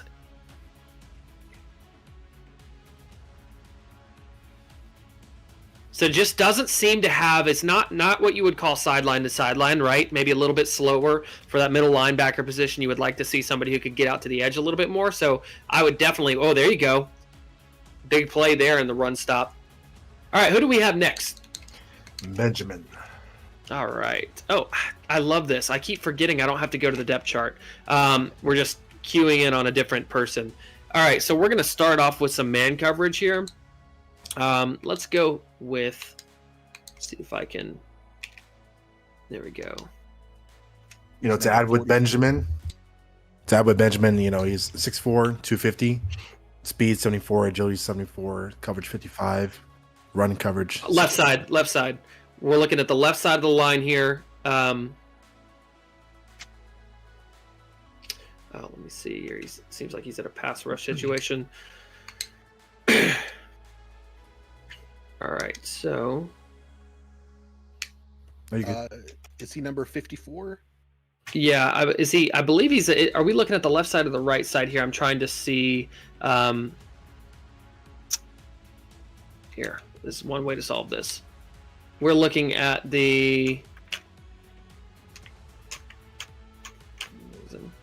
What is that? 45, 46. There we go. So we got 46 here and 99 here. So I'm wondering if he's out there. Let me see. Let's check this out. Welcome to the Combine, folks. Benjamin, or is it? Yeah, so Benjamin's 46 on here. Yeah, so we're looking at the right side. Perfect. Yep. Thank you. So he should be in man coverage here. Against that tight end. Yep. Yep. So you're seeing initially, I think that he's a little slow in the reaction area as far as on that cut from the tight end. Yep. With that little cut, he's a little slower, like you said. But at least he's on the top of him. He's not underneath Correct. him. So at least he has a better angle. And he did a good job there of maintaining the coverage through another, coverage person coming through his coverage. Lots of coverage words there. Yeah, I think he's doing a pretty good job. You definitely want to see a little bit tighter coverage there, but I mean, you can't really complain whenever it comes down to it. I think it's definitely serviceable coverage. Again, like we saw, we're going to put him in a cover 3 situation here against this skinny seam.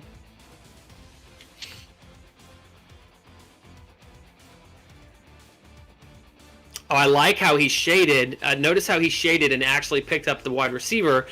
So the awareness, the zone awareness is pretty good there. You can see he passes off the tight end right here and then comes down to pick up the receiver. Very nice. Because he's just playing that middle quarters coverage. And obviously the offense is going to take advantage of that, which is exactly what you're looking for on an offense side. But so again, this isn't his failure by not following the tight end. This is actually what he's supposed to be doing. Exactly. I'm going to put it on a little bit different of a route here. Let's go with maybe a little bit more of a challenge with these curl and goes. And there we go. So still a zone coverage, is that right? Correct. Okay, Still zone coverage. This time he's got Devin Lloyd on the slot. Oh, wow. But it looked like he stood back there in the middle of his zone, saw the receivers underneath stop and curl. Yeah. And then as they started to move again, he started to move. He stayed on the outside again, so he's not giving up the big play. He is there to knock the ball out if he sees that it's going to be thrown to the receivers he's covering. All right, here we go. We're going to look at him in a pass rush situation. You can see he's up near the line there. Yep. Giving that away, a little bit of a intimidation effect. Battling there against the defensive end, it looked like. Yeah, let's see how he gets through here. I think if the defensive end gets picked up, there you go. He gets right through. Wow. That was really nice. That was impressive. That's what you want to see right there. That's what you want to see out of a blitzing linebacker. He's got the speed to get home too. I mean, you see the disruption right there. A good throw is going to be a good throw, right? But at the end of the day, like he really is getting there. I mean, that's pretty impressive. 2 out of 3 times, actually 3 out of 3 times he was just about there again. All right, let's go with a toss situation here. And here we go. We'll see his pursuit. Yeah. Over to his side. Gotcha. So we'll see the tight end try to block there. Exactly. Blocked there, but we'll see if he can shred that. Oh, he gets over there a little bit. Yeah, he fights off the block pretty quickly.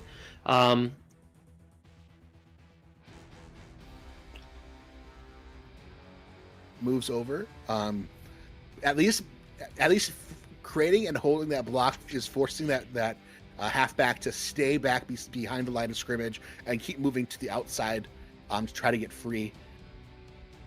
Yeah, it gets blown up there. Ideally you want to see, trying to get off of the block there. There you go. He's in the area to make the play, just couldn't make it happen. All right, so I don't have to change. I'm going to tell myself that now. We're going to Bowman. Okay. Ben Bowman. So now we're just shifting focus to the left side of the linebacking core. So let's flip this here, right? We're going to go on this hitch route, and we're going to put in man coverage. So you guys can see we're looking at the left side of the line, matched up against the tight end over there. So there he is, pretty tight, nice and stays on top. Has his man pretty, within 3 yards of him. Doesn't get underneath. That's what I want to see. I want to see, you can see him there, right? Really good coverage. I'm going to run this one more time, and I'm going to try and shake it up a little bit and maybe put a wide receiver in the slot on that side and see how he does. All right. All right, let's go trips here. 89's in the slot. Oh, here you go. This PAX post corner. It gets 4-3. This will be fun. Yeah, you can see him. He's matched up directly in front of the wide receiver there. On the very far side left? Wow. Listen, I mean, the break, it really could have been worse there. The break was, I think the athleticism's there.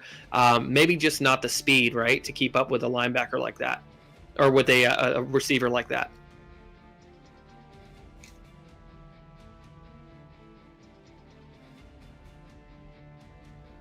Oh. Nice hands to get in there. Yeah. Definitely showing a little bit of coverage skills here against a wide receiver. I mean, that's a tall order. Able to make something happen, though. So we're going to move into, I'm going to go the same play, and then let's go into zone coverage. That's quite a drastic mismatch anyways. You wouldn't see this typically unless someone does some play magic voodoo in the game, out in the real game. Oh, I'm confused. Wow, okay. Devin Lloyd, back on Devin Lloyd, I guess. It looks like he's blitzing. He's supposed to be playing back. Wow, that's interesting. I'm going to change the play because he's supposed to be... let's go PA stops and post. So Bowman is 6'3", 251. Speed is 70. And agility 70. Let's see. Tackle 64. Strength is 60. Looks like run coverage is 66. Pass rush is 57. Right. So just in that sort of sweet spot, 6'3" is a solid height for a linebacker. 251 is, nice, beefy, muscular. Does a good job trying to shade on. You always want to watch, especially with the outside linebackers, on these slants like we were running earlier with the wide receivers.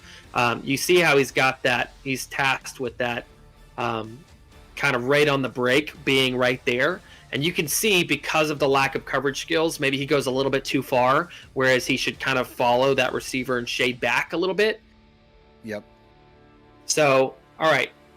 Let's go with the run coverage play here. All right. And let's see how this works. Now this should be all him on the left side. And can you give me the run coverage attribute? What's his run coverage at? He is 66 on run coverage and 50 in aggression. Because I know sometimes that plays into how aggressive they are against the ball carrier or ball. That seemed odd, him going up between the tackle and the guard versus shooting outside. Again, that just might be adding more to that run coverage ability. There he goes. A little bit. There he goes. Really, The effort's there for sure. It takes a team to tackle him, but he's pushed him backwards behind the line of scrimmage. So that's, what more could you ask for on that first hit? Is to push him, back him up. Absolutely. So let's move into D-line here. Who do we have up first and on the D-line? We've got Petrilla. All right, which means we are looking at, and what's the number on Petrilla? Do we have a number on him? Let's see. Go here. We have 69 is the default with what their number is by default in the game. All right. Or chosen number. Okay, so we are looking, if you guys see on the screen right here, the right defensive tackle. DT2, we would say, right? That would be correct. Default. So right now we're just looking at pass rush. So probably need to get out of a run play. That would help. We're going to go into twins or into trips. And we're going to go this PA here. And we're just looking at pass rush here. Man coverage, right? Just a typical 4-man front. We're looking at the right defensive tackle here. Oh, gets a nice... like a little push to the side move. Yeah. But he hits that offensive lineman pretty quick, pretty hard, straight on. Oh, yeah, like a swim move. Yeah. Yep. A second and a half in or so. Yep. And I think agility, let's see. Petrilla is 60 speed, 59 agility, 75 strength, 68 pass rush, 65 run coverage. So again, I think that you get a little bit more agility, you might be able to get to that swim move a little bit quicker. Is what I've seen in my own testing and experience at the game. Because he's really quickly hitting that offensive lineman. I'll tell you what, contributing to the overall defense, I think just Petrilla breaking. I mean, look at the pushback there. Yeah. I mean, that's explosive. I think it's safe to say Petrilla's pretty explosive off the line. I would say so too. Okay, so we're going to go into a run coverage situation here. If I were the coach and he was on my team, even as a defensive tackle number 2, I might even look at, because his swim seems to be going towards the outside, towards our right side, I would even look at maybe swapping him with DT1 in a formation or a package, just to see if he could push it over towards the center and get that separation right, and then maybe end up right in the face of the quarterback and see if that maintains. All right, so we've got run coverage here. And really, we're looking for a blow. I mean, look, there you go. That's nice. That's what you want to see right there. You want to see a blow up right there. You would love to see some pushback into the running back and force the running back to kind of have to change directions. That's huge right there. Those offensive linemen are, you look at how the plays are formed or are written in the play imagery, and they're supposed to part the C right there. But if you're, a defensive tackle, you're not parting. You're not allowing the offensive lineman to push you out of the way to allow the space or the gap. You're breaking that thing up. You're bumping them back and setting up for a TFL all day long. Absolutely. Got a little bit of a pancake on him there. But listen, I mean, I would say you saw the pushback there. I think he's pretty consistent, pretty explosive off the line, and I definitely think a serviceable defensive tackle. Absolutely.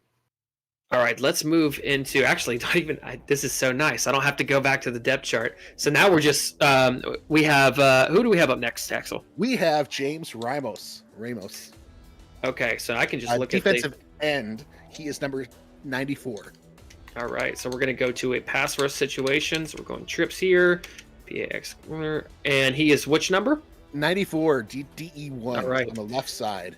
Yeah, so we're looking on the left side of the defensive line right now. Those of you watching at home, thank you guys for hanging out and sticking around with us. This is a combine for the season 8 of the SFL Minors draftees. It's been a fun time so far. I just saw him. So what did I miss?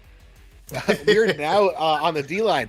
We're looking at the defensive end number 1, how he plays. The first play that I saw, he did a similar swim move that we saw the DT do previous to that, and ended up over, in that guard and center space. But again, the pass was there, but he does get that interesting like push and breakaway towards the inside of that line, which I think is really fascinating.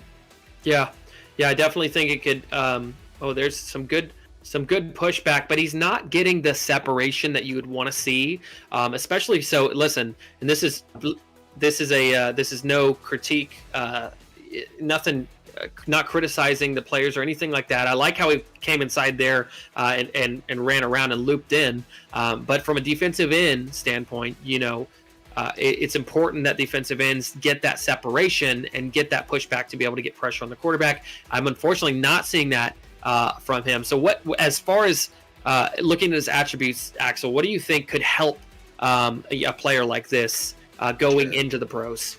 So the first thing that I recognize, he is 6'6", 250. 250 feels pretty light for a defensive end going up against 325, 335 offensive linemen.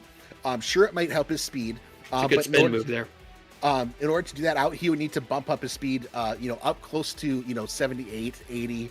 But I think in general, if you could, wherever he signs, maybe increases his weight by 20 pounds, which is the max you can increase per season, and then honestly his strength, I think that speed, agility, and strength I think are the three key things right now as simple baseline necessity things, that because with a little bit of speed and agility he could run past before even making that first initial contact with that tackle out there. He could run past that tackle and perhaps get better penetration to the quarterback.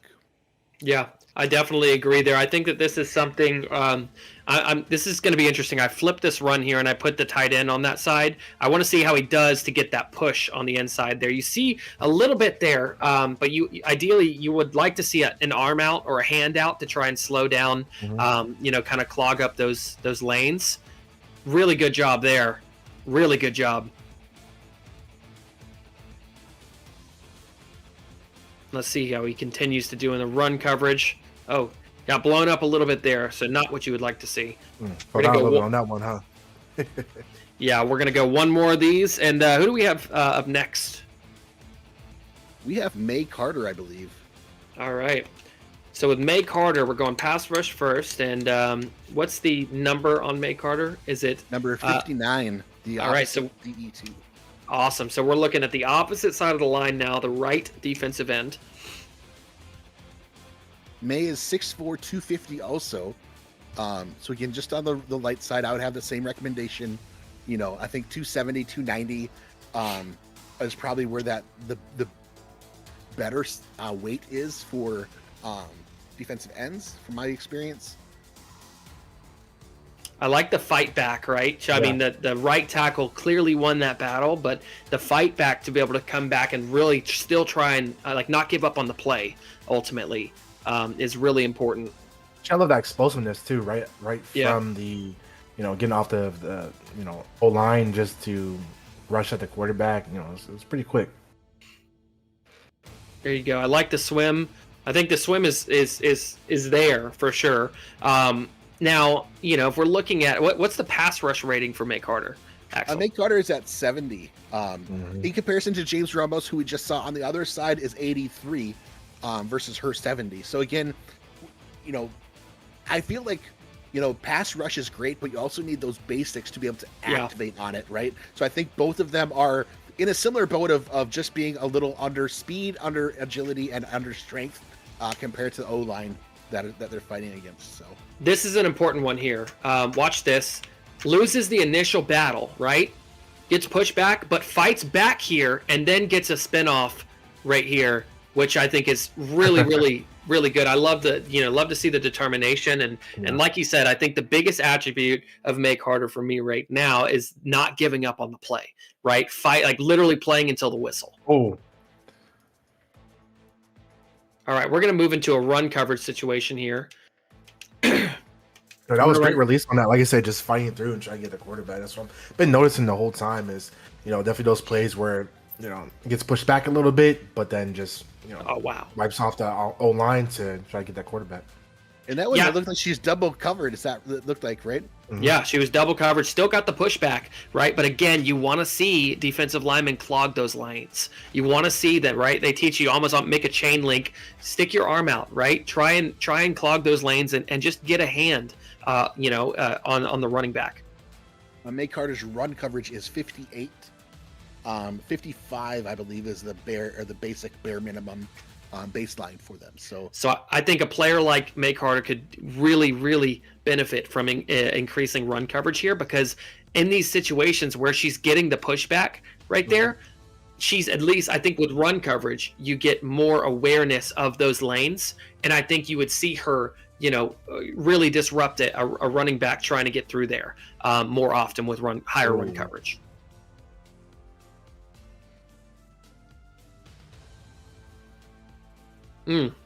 Yeah, I agreed. If this is where they're at after 10, 12 weeks, I'm imagining we've got 14 weeks in the upcoming season for the pros, and if you're on the developmental team, you can continue to progress after that as well through next off season and play in the next SFLm season as well.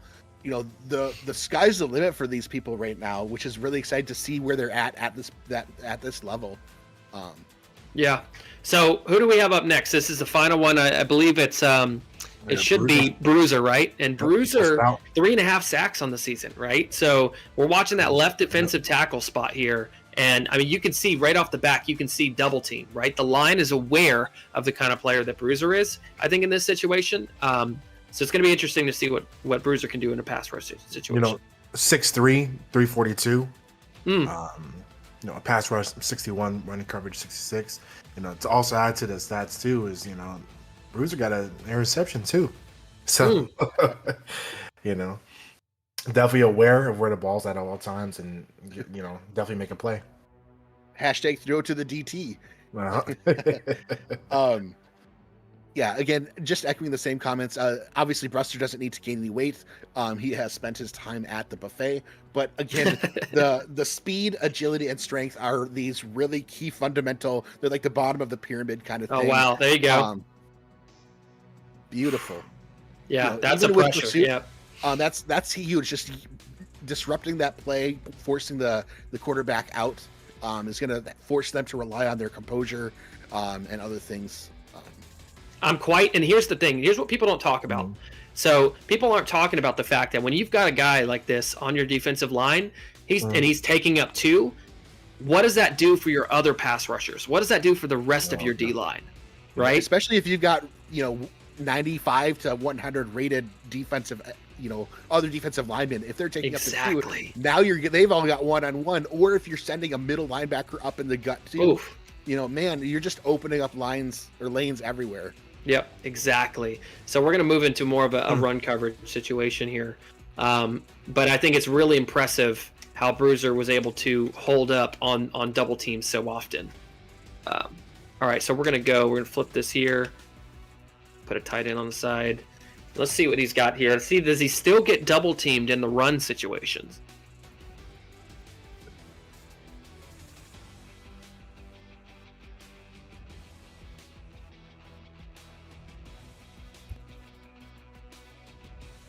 So we're looking for him to kind of push forward. Yeah, you want to see him seal that. That's what I'm talking about right there. You want to see him seal that gap, right? You want to see him close that gap and get an arm out. I think that's where all of the defensive linemen. Oh, wow.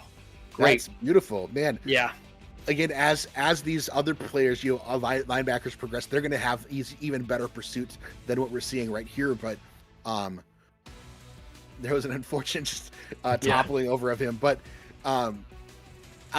doing exactly that, just standing up that offensive lineman or linemen and forcing that runner in a gap that they're not expecting to go through, making them stop and think, just changes that play exponentially.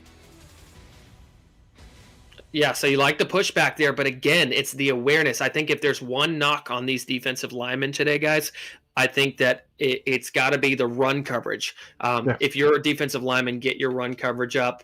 That's going to be a big key into blocking and clogging up those gaps. All right, so we're moving on to DBs. Who do we have up first? Highfield. All right, so If I'm looking at Highfield, I believe he's a free safety. Let's see here. Yes. Oh, no, strong safety. Yes, All right, so we're going to go with some man coverage first. Let's see if we can get... Oh, here we go. This tight end skinny's been there all day. Right here, strong blast 1. He should be covering the tight end here. So we're looking at the strong safety right at the 50-yard line. Yep. Does a good job there with the free safety coming together. You know, Highfield, to bring up his attributes, as far as, you know, his height and weight too, 6'1", 220, speed at 87, agility at 87, coverage 70. You know, just looking at it right now too, he's definitely right there to make a play on that ball. You know, coming up, as you see, kind of backing down to see where it's going at, and then going right there to potentially get that interception. All right, we're gonna switch it up here. I want to see a little bit different of a route. I'm gonna go down to trips here. Let's go with there we go. PA post corner. All right, let's put See if he here. I'm curious if he covers. He does. Looks like he's covering the inside route. Yep, the post. Okay, there we go. Very nice. Or was he in the middle? Was he in the slot? He might be in the. I think he's in the slot. Yeah, just so we can be clear. He's right here. I'm pretty sure. 27. Yeah, 21. At least on his. Yeah, he's right here. It's Highfield. There we go. Yep. Gotcha. Yeah. There we go. Yeah, so he's literally in the slot in between. Oh, I like the little contestant right there when he came up. A little handsy. Yeah. Again, that little push. Yeah, doing a really good job disrupting the route. Yeah. Not illegally though, right? Well, we don't know. I guess there's no refs out in the combine, so. Oh, got beat there. Yeah. It looks like he missed, you know, what we'd been seeing as a contest. That last time was the receiver just sort of flew right by. I mean, it looked like that was just a simple fly, you know, straight out go route. He's in the back now in the traditional strong safety spot, and he's playing zone coverage. So backing out to the right. Yeah, he's tasked with that middle slot receiver again, still on that go route.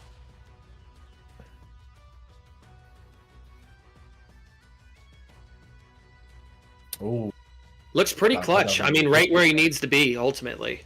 Yeah, it looks like he's not overselling, just covering that go route, but also, you know, that last defense of safety net for that entire defense is him on that far right side. Okay, I'm gonna run. I'm gonna put him in a toss situation. We're gonna check him out in run coverage here, and you can see him right there at the 50-yard line. I'm gonna run a couple situations with. There you go. So you see him make his way down there. Can't quite get there. We're gonna run this a few times before we move on. Is this the safety blitz where he's coming up front? So yeah, you can see him dropping down. So you want to ideally you want to see him make that tackle right there. He's got adequate speed at 87. That's pretty common throughout most of the league. You know, maybe 88, 89s, but that's, you know, within the pros. You know, adding a little bit more points in his run coverage, he's gonna be able to get that a little bit better. Yeah. But yeah, very capable strong safety out there. All right, so we're gonna go here. We got Forker up next, and I believe Forker is on. Let me double check here. I believe Forker's on the outside. Is it 38 or 28? Do we have a number on Forker? She's 32. Yeah, oh, okay. For whatever reason. Okay, let me. I'll go to replay here, and we'll see what we got. I believe she's on the outside. I think she's here. Oh, I was thinking right there. Let's see. Yeah. Yeah. Yes. Okay. All right. So yeah, we're watching the far left corner here. Far left. Yep. And this is a post corner. So very difficult. Yeah. Little congestion right there.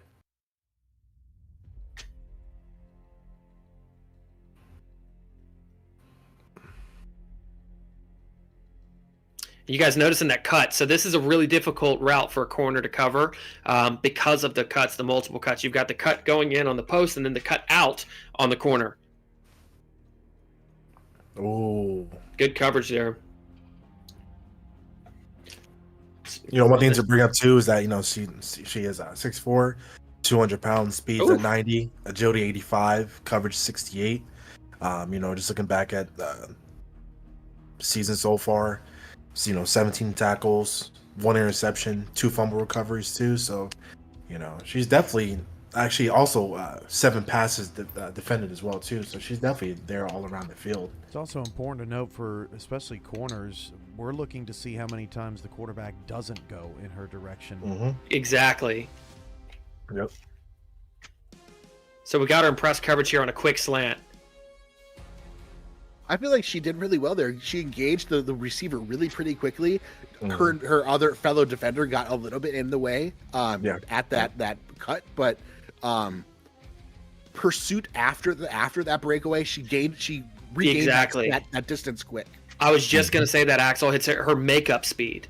The makeup speed to get there after, right, the initial contact, even if she gives up a few yards on the initial break, like the makeup speed is really good, the closing speed. All right. Let's go to more of a zone route here. PA stops and posts. Let's put her in a strong blasts 3. Let's put her in a deep third. So top left of your screen. In set. Oh, I thought she was gonna come down for that interception. I don't know why. I know. You want to see some downhill, there. But there's a lot to be said about being there to clean up with a tackle and making sure you don't miss that. Yep. 90 speed, 85 agility, 68 coverage. I think it was a little bit I think she was a little bit out of position there. You want to see her ideally. You want to see her, force the receiver in and be there really to just like that. Or simply pop the ball loose, or something like right at that point of catch. Yeah. Making that contact. Way to make up and get back to it and close in on that. So we're going to put a toss out to her side and see how she does in this. All right. So we're going to run this 2 or 3 times before we wrap it up with Michaela Forker. Has a Gets nice a little spin spin off, move. yeah. Yeah. I was pretty impressed. It took a little while, but obviously the running back isn't near her at that point. What's the strength of Forker? 40. Okay. Which amongst CBs is not, that's starter level. Yeah. So I think that at all. So talking about areas to grow, I think that's a big one, right? Because if we know in the pros, these receivers out here are capable of really, really run blocking. So I think that if you're somebody like Michaela Forker, this is something that you would look to going forward. I think the coverage is almost there. The speed's definitely there and agility, but I think the strength is where we could grow a little bit more. All right, so up next we have, is it Marsh? Yep, Marsh is next. Yep. Okay, so I believe I think Marsh was on the free safety side. Yes. All right, so starting free safety out here right now. So let's go trips first. We're going to go man coverage again to start things out. And I believe, here we go. There we go. Weak crash 1. So I believe that Marsh is the middle on the left side. Exactly where it was targeted. And just to confirm, I will go over and see.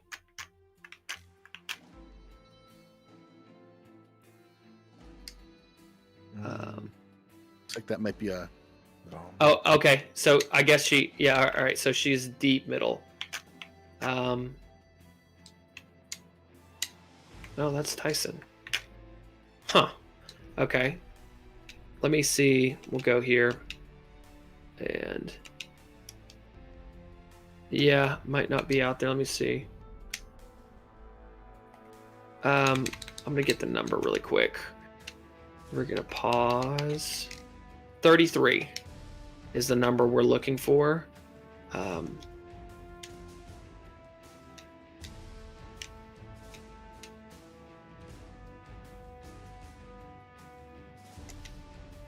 Okay. Oh, so you know what? I think nickel. Here we go. While you're doing that, to bring up Marsh, 6'4", 206, speed at 75, agility at 75, coverage at 60. Looking back, pull up real quick. Looking back for Marsh for the season, 41 tackles. Actually had 4 interceptions. So Marsh was definitely, around the field, waiting for for a chance to get that ball, and got it. And the player is only 6 weeks old, 6 weeks of progression in them, which ultimately puts them, right before Thanksgiving, right before the kickoff of the entire season. So they're pretty freshy fresh. Freshy fresh. I like that. So I believe Marsh is in the inside. Let's go back and make sure.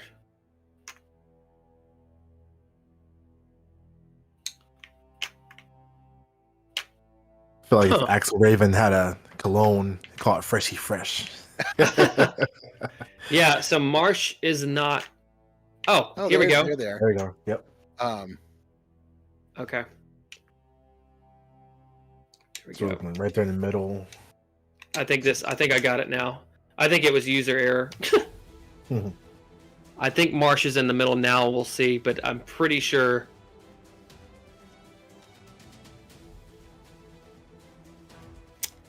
And just to confirm.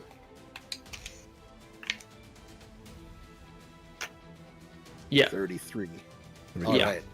We're good. All right. Triple. Correct. Yep. All right. We're back on track, folks. Here we go. Moving out to happen for that deep Good outside. coverage. Nice. Yeah.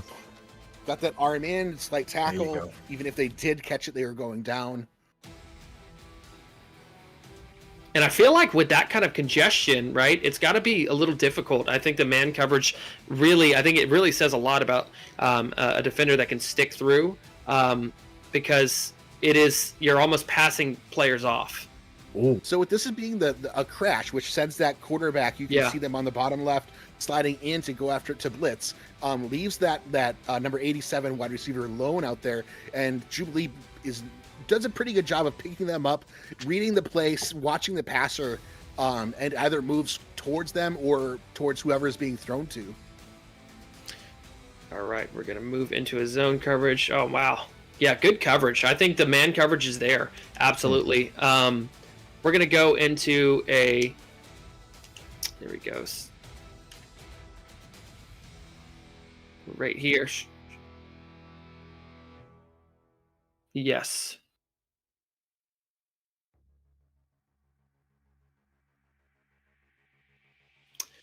So I'm going to go, let's just go with a traditional 2-man. I'm going to put it against the same thing. And it should, she's back free safety position. Back left side, yep. Yep. You got a deep route here, so you definitely want to see how she picks up that.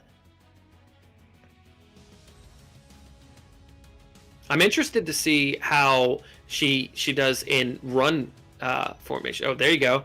Oh man! Right above her head. But you know what though? The effort though, you can tell she was trying to jump for it. Because obviously you see at the end where she fell, but definitely try going for it. Maybe too much aggressiveness on it, but you can definitely tell the determination. There you go. Right there again. Yeah. That determination to get that ball. What's the aggression on Marsh? The base 50. Okay. And then similarly, the jump is set at the base 60 as well. So again, not overly aggressive, but that 50 aggression does come into play. Going after that ball, they decide to make I wouldn't say it is a bad choice, but I think if they had 70 jump, 75 jump, they very well likely could have in front of the 50, right in front of the 50 to the left of the SFL logo on the blitz. Yep. Oh, good tackle. Now we're looking We've- top left. Yeah. We've seen free safeties being very important in that run stopping game. Oh, I like that. Wow. Lower that shoulder just for a hit. Smack him right in the mouth. Wow. That pursuit, man. The pursuit is very, very impressive. I mean, we're talking about 2-3 tackles for loss right now. I mean, look at the cleanup. Yeah. Good solid wraparound tackle. Like, instead of, they can definitely show you, I hit you this way, but I'm going to be also conservative with it. Make sure I actually get the tackle. I mean, that's Marcia, stellar. Marcia's, those last 2 plays where she was off, or they were off 13 yards off the line of scrimmage, and we're getting that hit, really quickly. That's impressive. So downhill safety. Overall, I think Marsh, that was quite the performance in run coverage. So up next we've got Tyson, right? Tyson, yep. All right, and I believe I just need to go back to. Let me just switch this back out. Yeah. Right there. And I can run the same things. Okay,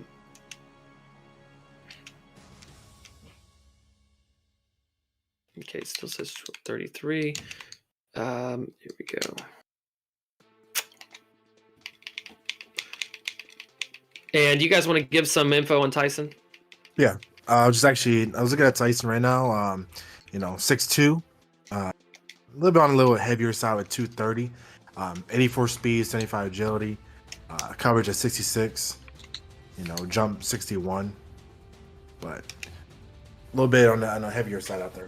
We'll see how that transitions to the tackles too. We're looking the middle of the trips here.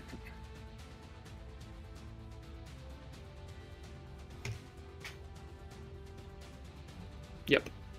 That's this is it's going to be interesting to see what was the height on Tyson, Axel? 6'2". 6'2", okay. And what was that compared to Jubilee Marsh? Jubilee Marsh was 6'4". Okay. So 2-inch difference. Yep. A little bit shorter. 6'4", is a little bit on the higher side. I think 6'3" is a pretty common. 6'2" pretty common for free safeties. So they're right in that sweet spot. Mm-hmm. So here's what's interesting. Tyson is picking up the outside receiver running the post corner, which is something we didn't see. I don't think it's something we saw Jubilee Marsh do. Right? I feel like she stuck. Oh no, they did. Okay. They went out to with the cornerback doing the crash blitz. They did play that outside receiver. But they did a really good job of being able to switch back and forth as soon as that ball was thrown to the receiver that was being thrown to. So they didn't over dedicate to one or the other. If that makes sense. Absolutely. Okay, so let's just go into a regular too high here, and let's go with that same thing, right? So now you can see strong safety spot or free safety spot. Oh, there's our first pick of the night. There you go. And a little stuff from my good tracking. It's good also tracking. worth noting that Tyson had the previous 2 interceptions by Oh, defensive wow. backs in earlier drills. That is true. Really good job to track that ball. So maybe Tyson a little bit of a ball hawk. Yep. And also important to note that was the first time we've seen a check down on this play all night. Solid coverage, yeah. Man. They're ready for it again. What's the coverage rating on Tyson? It is 66. Okay. Yeah, I mean, I feel like it's either not targeting or, interception. I mean, the how stats, like it's important to look at, the QBR when versing a particular defender. I feel like the QBR has tanked since Tyson hopped in this free safety spot. So again, he's doing a good job just watching that. So again, 66 coverage rating compared to Jubilee Marsh's 60, the previous player. So again, seeing maybe that's part of the difference there. Now Tyson's the blitzer here. Ah, good job. Coming down on the tackle.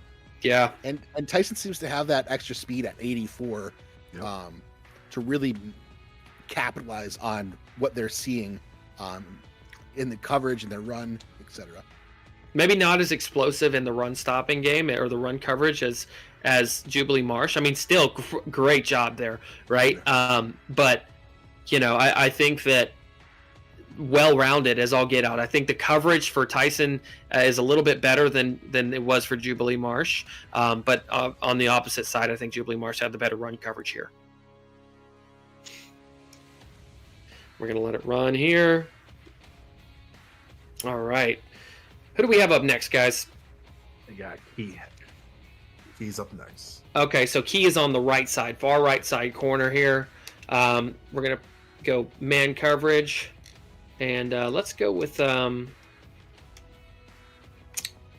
this slants here. So Kelly Key is 6'2", 195. Has 92 speed, 75 agility, 68 coverage. So amazing speed out there. 66 jump, so I think that has a little bit of a bonus there. Yeah, and again, we're like Cam said, we're looking at how if the receiver gets targeted or not. You know what I mean? Oh, good job making it up and breaking that up. The makeup speed is great. Like you were saying, that the closing speed, really, really good. Let's go into a press coverage situation here with that same play.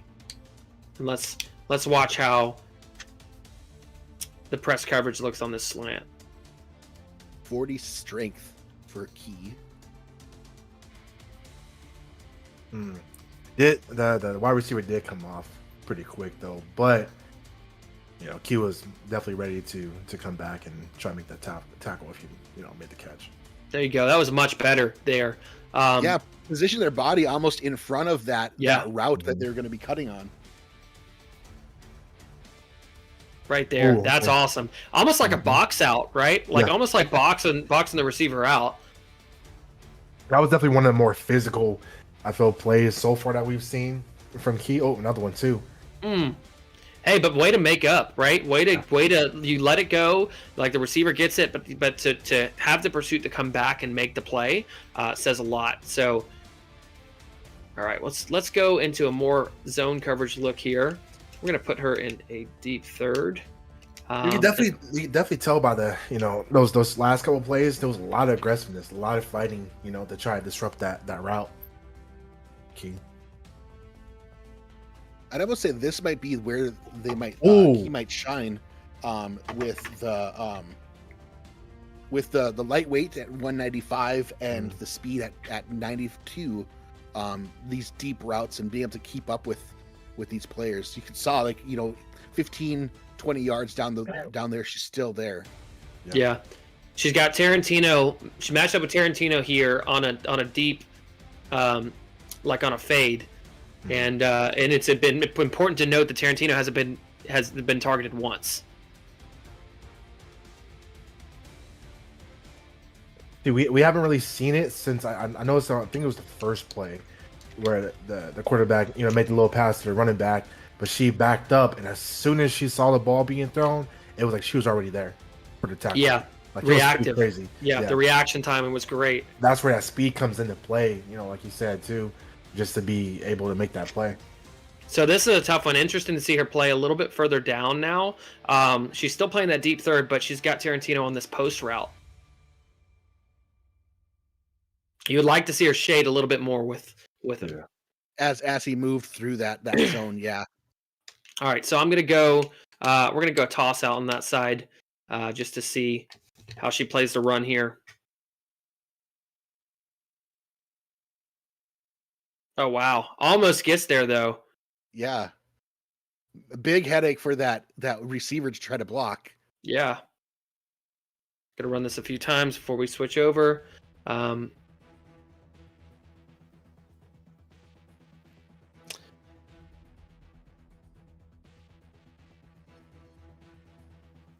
unfortunately, it doesn't look. Maybe a little bit more strength could be beneficial to a player like he going into the pros. And again, right. at 195 is on the lighter side. Again, at least even if they're going down, they're making a roadblock for the runner to, and they're both going down and not just them. Exactly. All right, let's go.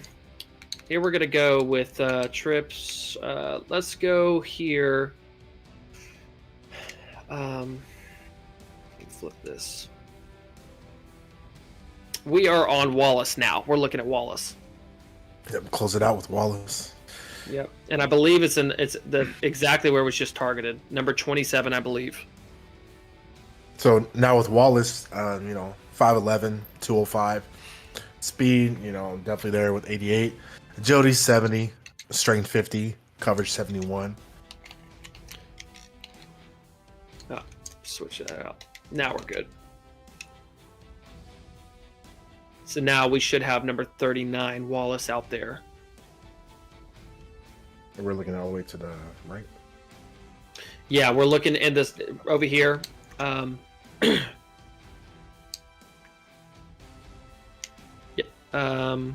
Yep, correct. Okay. But over the last 12 weeks that Wallace has been in Septed, they've been focusing on speed, coverage, and tackle. Are the traits they've been focusing on. The intangibles, yeah, I like it. Yeah, what I liked about so far, just the first play in this one is just again that physical part of it. Yeah. Where it's just the body in and just trying to disrupt that pass. So let's get a look at something a little bit different here. Let's go with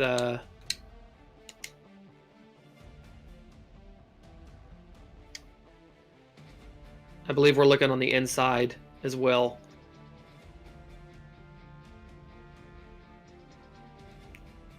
Ooh, heavily. Almost jumped that one there. Yeah.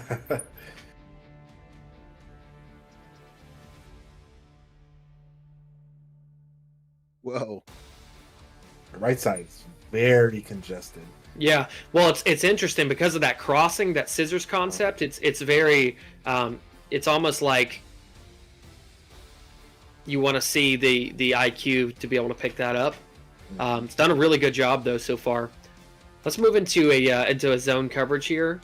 Here we go. We'll just play cover 2 man, and let's go. All right, let's go right here. This is that same play with the post corner and the post. So this is a really difficult situation for a strong safety. Yeah.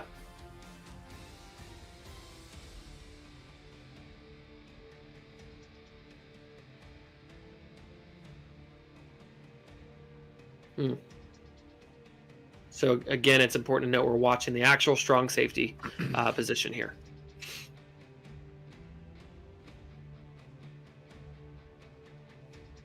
I like that it's not targeted, right? You notice that there was some separation over there, and I still didn't get a target, which is great. Again.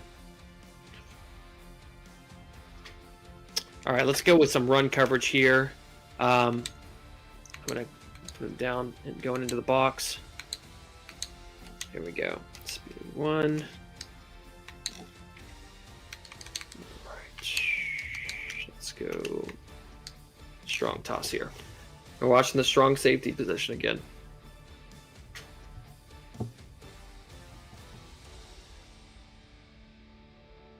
Coming over. Almost like the last form of defense right over there.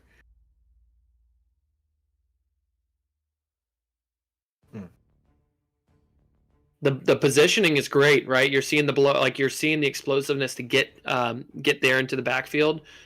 You want to ideally you want to see Wallace get to the ball carrier, right? Yeah. Find a way to the ball carrier, find a way to disrupt it. Right now, it's doing a good job disrupting it, but you want to see those tackles, right? Definitely ton of effort is there. I mean, Oh, with that 100%. speed- With that speed, definitely Wallace is trying to get down there to make the tackle. It might get hemmed up a There little it bit by is. the offensive line, but there you go, right there. But the effort just to go down there in that split second to make that tackle is great. All right. Yep, definitely some little bit of time, effort spent on run coverage will help there. Absolutely. Okay, so that does it for our DBs. Let's we've got the lone offensive lineman here. Mm-hmm.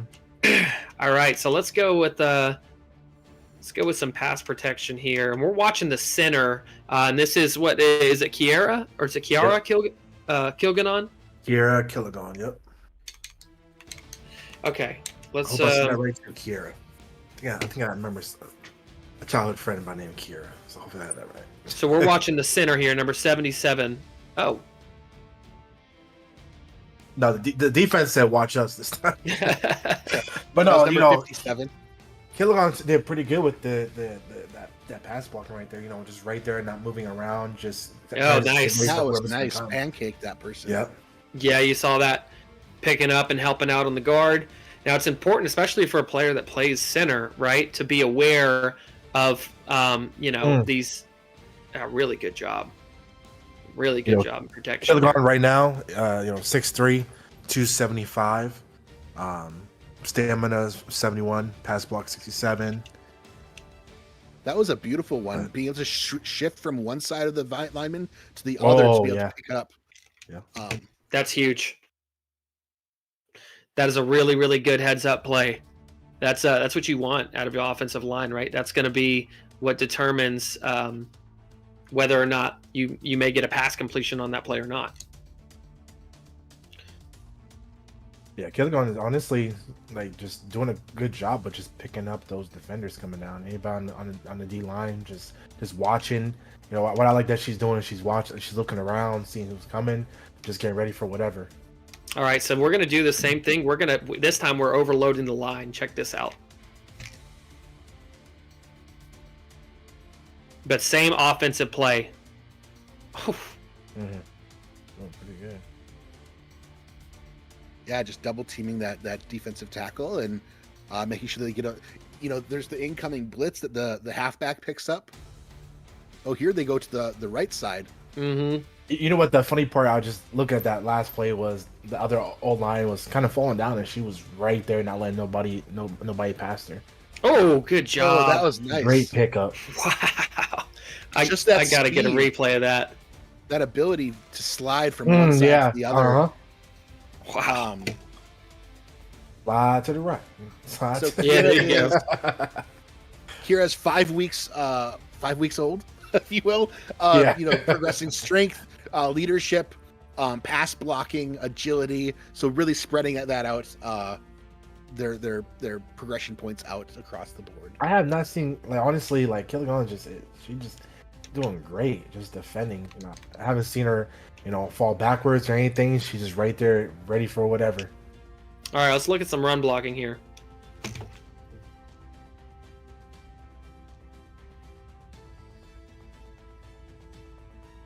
Let's go. I think I saw her just pushing that linebacker back. That's what I was just about to say too, Raven.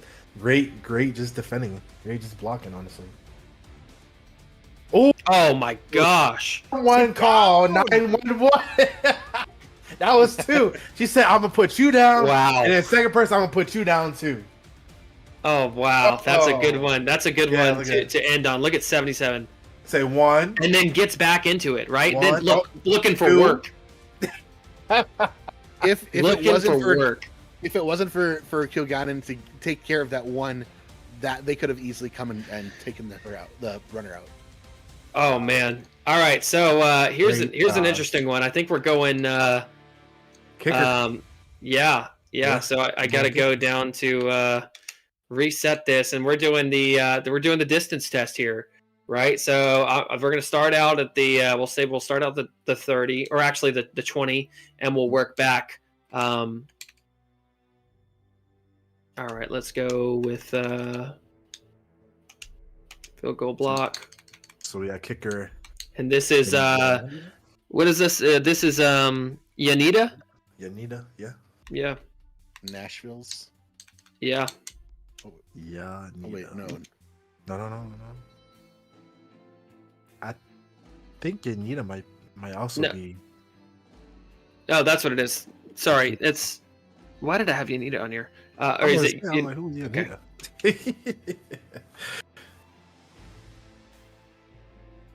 Do you guys think I need to change the camera angle on this, or is this okay? Oh, that's good. I think it's all right. Yeah, I think We get to All right. see, how off center it is or not. Yeah. So we go 3 here, right? We're gonna go Mhm. 3 from the 20. We're gonna push it back. Oof. Oh, Hooks this one in. So the that was snap the only is one. se- Go ahead. So the snap is 7 yards. The end zone is 10 yards. So 20 plus 17 is 37-yard field goal there. Oh wow. Okay, so let's see if we could push it back. Okay. Let's go to 30. Let's see if we can push it back here. I would say that last kick, that was the only one that was kind of off center.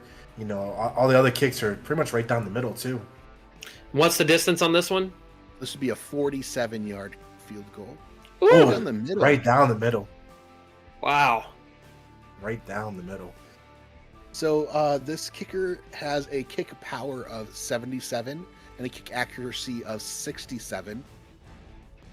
Oh, I think that one was just shy. Yeah, this side, yep. And a consistency of 53 and composure of 33. I know those are sort of like the 4 really solid. Nice. So it seems Almost like right down the that middle. that high 40s is like their range. Okay. 45, 48. I'm trying to figure out why I can't go. Individual, Yeah. That is so weird. because it shows you where the scrimmage line is and you can't change it. Yeah. Okay. All right. Okay, let's yeah, just for heck's sake, let's just see. It's good to see, and we can see where it lands, right? To see sort of their distance. No, So this would be a 57-yard field goal. Let's do it. no. If it lands in the middle of the end zone, Oh, about there, so that would be about a Take 5 yards off. 52-yarder or so. Mhm. 5 yards shallow. I mean, I would say 52, 53 probably. Mhm. I would say Yuki's got the leg for 52 or 53. Okay, so alrighty. Most likely in the AI will determine, how consistency they're going to kick, whether they decide to kick a field goal or a punt in game. So I'd say probably, for this team that they're on, that 30-yard mark, which would be a 47-yard field goal, would probably be that decision point of where they might opt to kick a field goal rather than a punt, just based on consistency and their leg. All right, so let's go. Let's pay attention here to King Jackson up first, right? Yep. Yep, that's what we're on. That's what we're on right now. We're doing quarterbacks. All right, so let's go with some. We're gonna start here with iPro. Let's go with the slants that we were doing, 90 tight end curl. I'm just gonna be running some different stuff, but we're just watching the quarterback here. This is King Jackson in. It's number 2. Looks like Thumper. Is it Thumper? Because I had it on. Oh, you know what? It's because I was on the wrong side. Okay. Here we go. Oh, I see. Yeah. A little confusing.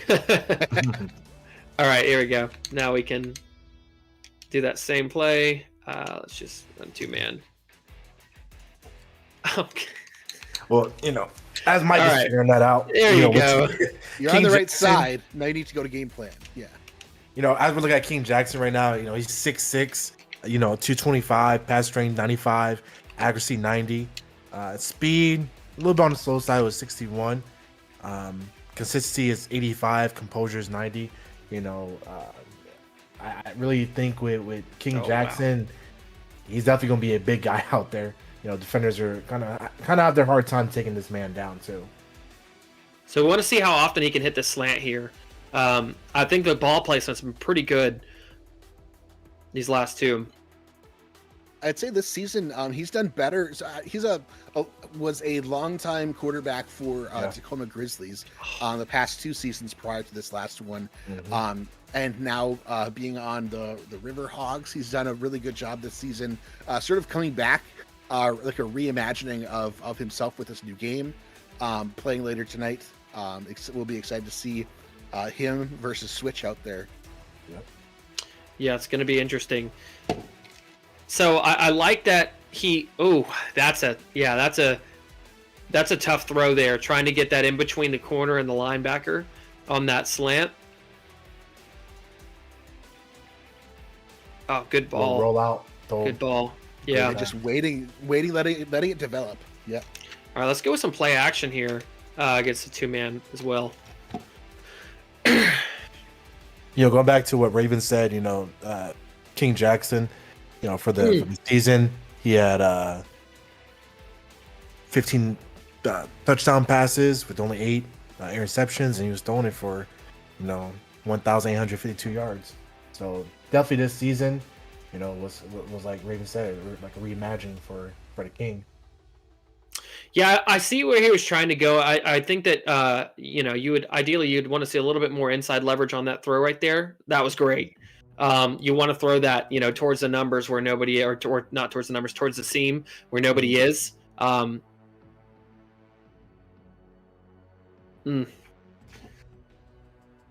are you guys seeing out of Jackson so far? I think that last play was kind of like, I think Jackson wanted to hit the wide receiver to the right when they had made that slant, but then, he had kind of switched up his option too. I personally would love to see, maybe it's just because of Seattle, but I would love to see Jackson run a little bit more, get those little quarterback sneaks and use that body to truck his way around to get those few extra yards. All right, let's see if he can hit this deep ball. I could see, bumping up his scramble and a little bit on his strength so he doesn't go down as easy. But yeah, his strength, pass strength is 95. I don't know if that is doing him a solid or detrimental, being just that high. Versus nice. It looks like he's been investing more in his read coverage, where I think that might be money well spent. Yeah, gunslinger. Yeah, I definitely think. I mean, that's on the money, right? That ball, I don't think could be any better on that throw, and it's up to the receiver. I mean, you can't fault Jackson for that, because I really think that the placement there is okay, and the placement there is great too. Yeah. All right, so we're gonna watch one more of these, and then we're gonna move on. And who do we have up next, guys? Dots. DOTZ. So it's interesting to see who. It's interesting to see too, because I don't know what from your testing, Axel. I think this is a question directed towards you. But from your testing, have you seen that different attributes for different quarterbacks lead to different targets on the same plays? Does that make sense? Do it. I'm trying to process your question. Lead to different targets in the same. Have you noticed that a quarterback, like 2 different quarterbacks with different attributes on the same play, could target different players based on their attributes? Based on the quarterback's attributes. The quarterback's attributes. I would say yes. I believe that there's the quarterback and the receiver's attributes come into play definitely within the decision of who to pass to, alongside everything else that you're seeing on the field play out. I think the quarterback that has a higher pass strength might throw deeper or might be more willing to throw deeper versus underneath. Or just making smarter decisions with the read coverage and changing, dropping it to the easy receiver versus trying to snug it or squeeze it in, if that makes sense. So can we talk about? Hold on, I think that I think you answered my question. I think that is, and I think that this is actually answering my question right now. Can we talk about how Dots has not missed a single slant? Yeah, and that's one thing I was going to talk about too. It's just looking at, like, first thing I really was going to talk about was the man's size. I mean, 6'8", 240 pounds. And already looking at his attributes too. 70 pass strength, 64 pass, accuracy, and then even his speed is a 77. So I'm just looking at this man. I'm like, first I didn't realize, like you said, yeah, he's throwing some good dots out there. Guys, this goes back to coaching too. You saw King Jackson, who has that cannon of an arm. If you draft King Jackson and then you don't have a deep passing attack as part of your core offense, you're doing him a disservice. Whereas Roquan Dots, he can, he's elusive in tackles and he's more of a chain mover, so you got to have players that fit your scheme and vice versa. Yeah, and I think that's a really good point. I'm sorry for that, Cam, too, but I just noticed the reason I went was if you looked at that defender that tried to hit Dots, he hit him midsection and Dots just pushed off of him. Like, you cannot bring this man down. Wow. The ball placement. Yeah, exactly. I feel like the pass strength has to do with like the type of touch. Like, King Jackson with his such a high strength is throwing it fast, lasering it out there, where Roquan Dots has more of a lighter touch on that ball that might be getting it out there, sure, a little bit later, or maybe has slightly more of an arc, but it has a certain touch to it versus that. Bring also back to Dots's height. Who knows if, the 6'6" versus 6'8", being able to see over top of your offensive line or defensive lineman to see like that quick slant might come into play too. We're gonna watch this as we're ending on this. So right, watch the play action, but the ability to be able to stand. We talk about a big body quarterback. Look at him stand in the pocket right here, and he gets drilled. Oh, wow. And to be able to deliver the accuracy, I think Dots just put on a show for the SFL. Okay, so and finally, I think we've got is it Kopech? Yep, Kopech to close out the close out the night. Oh wow, man! I just got to say, guys, we've done pretty good considering last season was like I think like 9-10 hours collectively. You live and learn. All right, so Kopech closing the night out for us. We're going to start with those slants again. I want to see if he throws the same ball because interesting enough, remember King Jackson didn't throw the slant too often. He would kind of wait until it got into the middle of the field. And I think that exactly like this. I mean, good ball placement, right? But you're not always going to have 3 or 4 seconds. So you want to see if they can really hit that quick slant, maybe in a situation of third and 5 or something like that. And you want them to deliver that right there. You know what I mean? And with Kopech, just looking at him right now too, 6'4", definitely kind of on the lighter side than the other two quarterbacks. 6'4", 205, pass strength 65, accuracy 65, speed 72. So you could definitely tell. I think with Kopech's definitely be more of a, just throwing it out on the run real quick, scrambling out of the pocket and throwing it. Yeah. So I don't think that he'll have the same as maybe Dots or Jackson, where maybe he can take a hit and still stand, but he'll be able to kind of move out the pocket and throw the ball too. For sure. One thing I'm also noticing too, looking at Kopech's stats, break tackle is 30 which is above the 10 default, which I think both of the previous quarterbacks had 10. Similarly, his scramble is 45. And then he's also invested in his leadership at 63 and composure at 59. So I feel like there's a lot of investment in some of the intangibles versus, the straight up, strength. Oh, wow. Kind of Wow. That was impressive.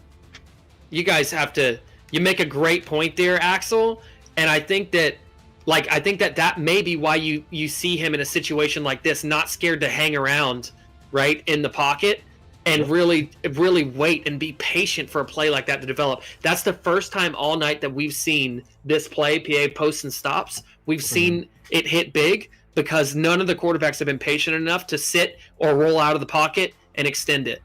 And that's exactly what I was talking about with callback. Like, he'll be that type just to roll out of there real quick and throw the ball. Hmm. You know, he doesn't have an extra 40 pounds on him. So. Yeah, see, so this right here is what we just saw there is exactly what we've been seeing from the other quarterbacks. You want to see him with his build roll out, right? Extend the play a little bit. Great pass. Yeah, he's got some good accuracy. Let's see what he can do on that deep shot. Here we go. He's got a corner blitz coming in on this. Oh, sorry, free safety blitz. Again, that rollout. Definitely be the one to use that rollout to, you know, get that extra time and to throw the ball. Just be a little bit elusive.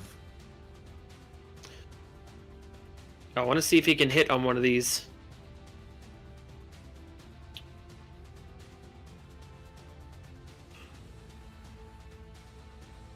Yeah, he's looking for him out there. Yeah, he's looking for him. We're gonna go one more time, and then I think that's gonna do it for us. This has been fun, guys. This has been really sometimes you hang in the pocket too long. But yeah, I mean, hey, look, it has been an excellent combine. I think we've seen a lot of things, guys. I want some final takeaways. Axel, I'm going to start with you. Final takeaways on tonight. What position group do you think stood out? What do you think? What position group do you think could afford to kind of invest a little bit more before going into the pros?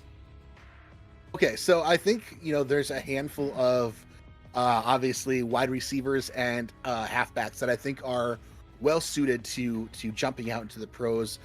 Sure, they might come back. A handful might come back as developmental players, which is great. I think that the defensive backs could stand a little bit more, knowing that the type of players, the wide receivers that are out there in the pros right now. They might have they'll be great at dime backs.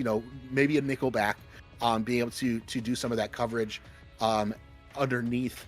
But I think the DBs might have a little bit more baking to do if I had to pick.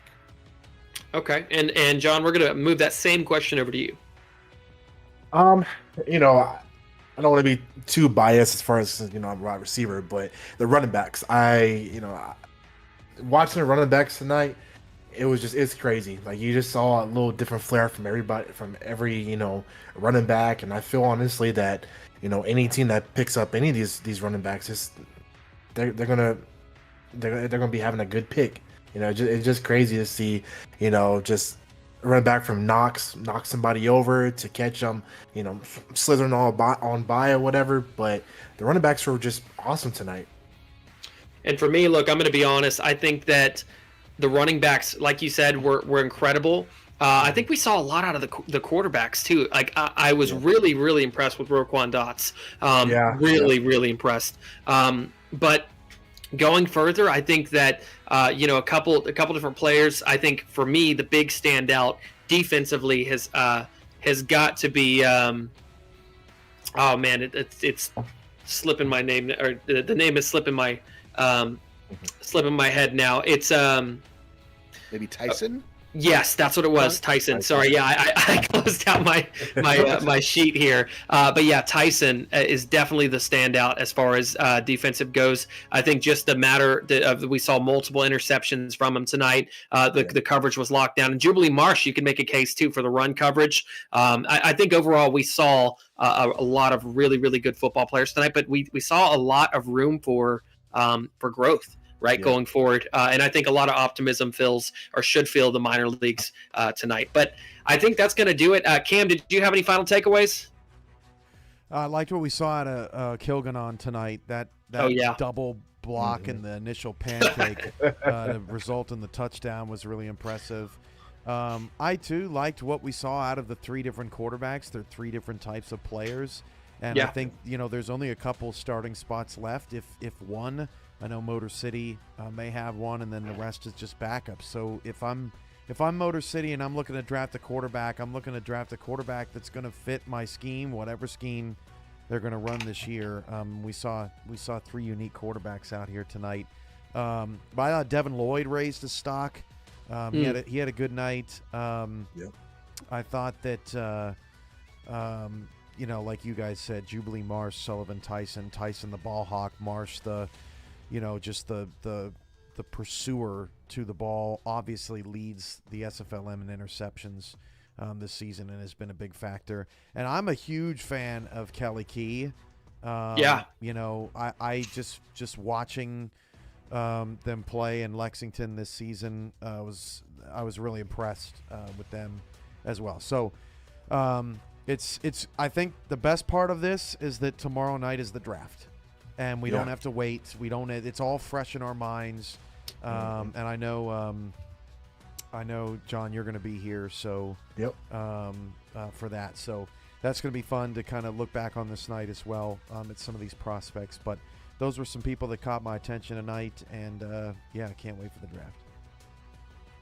All right, guys. Well, that is going to do it for us for the SFL Combine. I've been Mike O'Neill. We've got Axel Raven, John Fullerton, and your commissioner, Cameron Irvine. We want to thank you guys so much for tuning in. And, make sure to stick around to watch the game tonight in the minor leagues. And we will see you guys next season.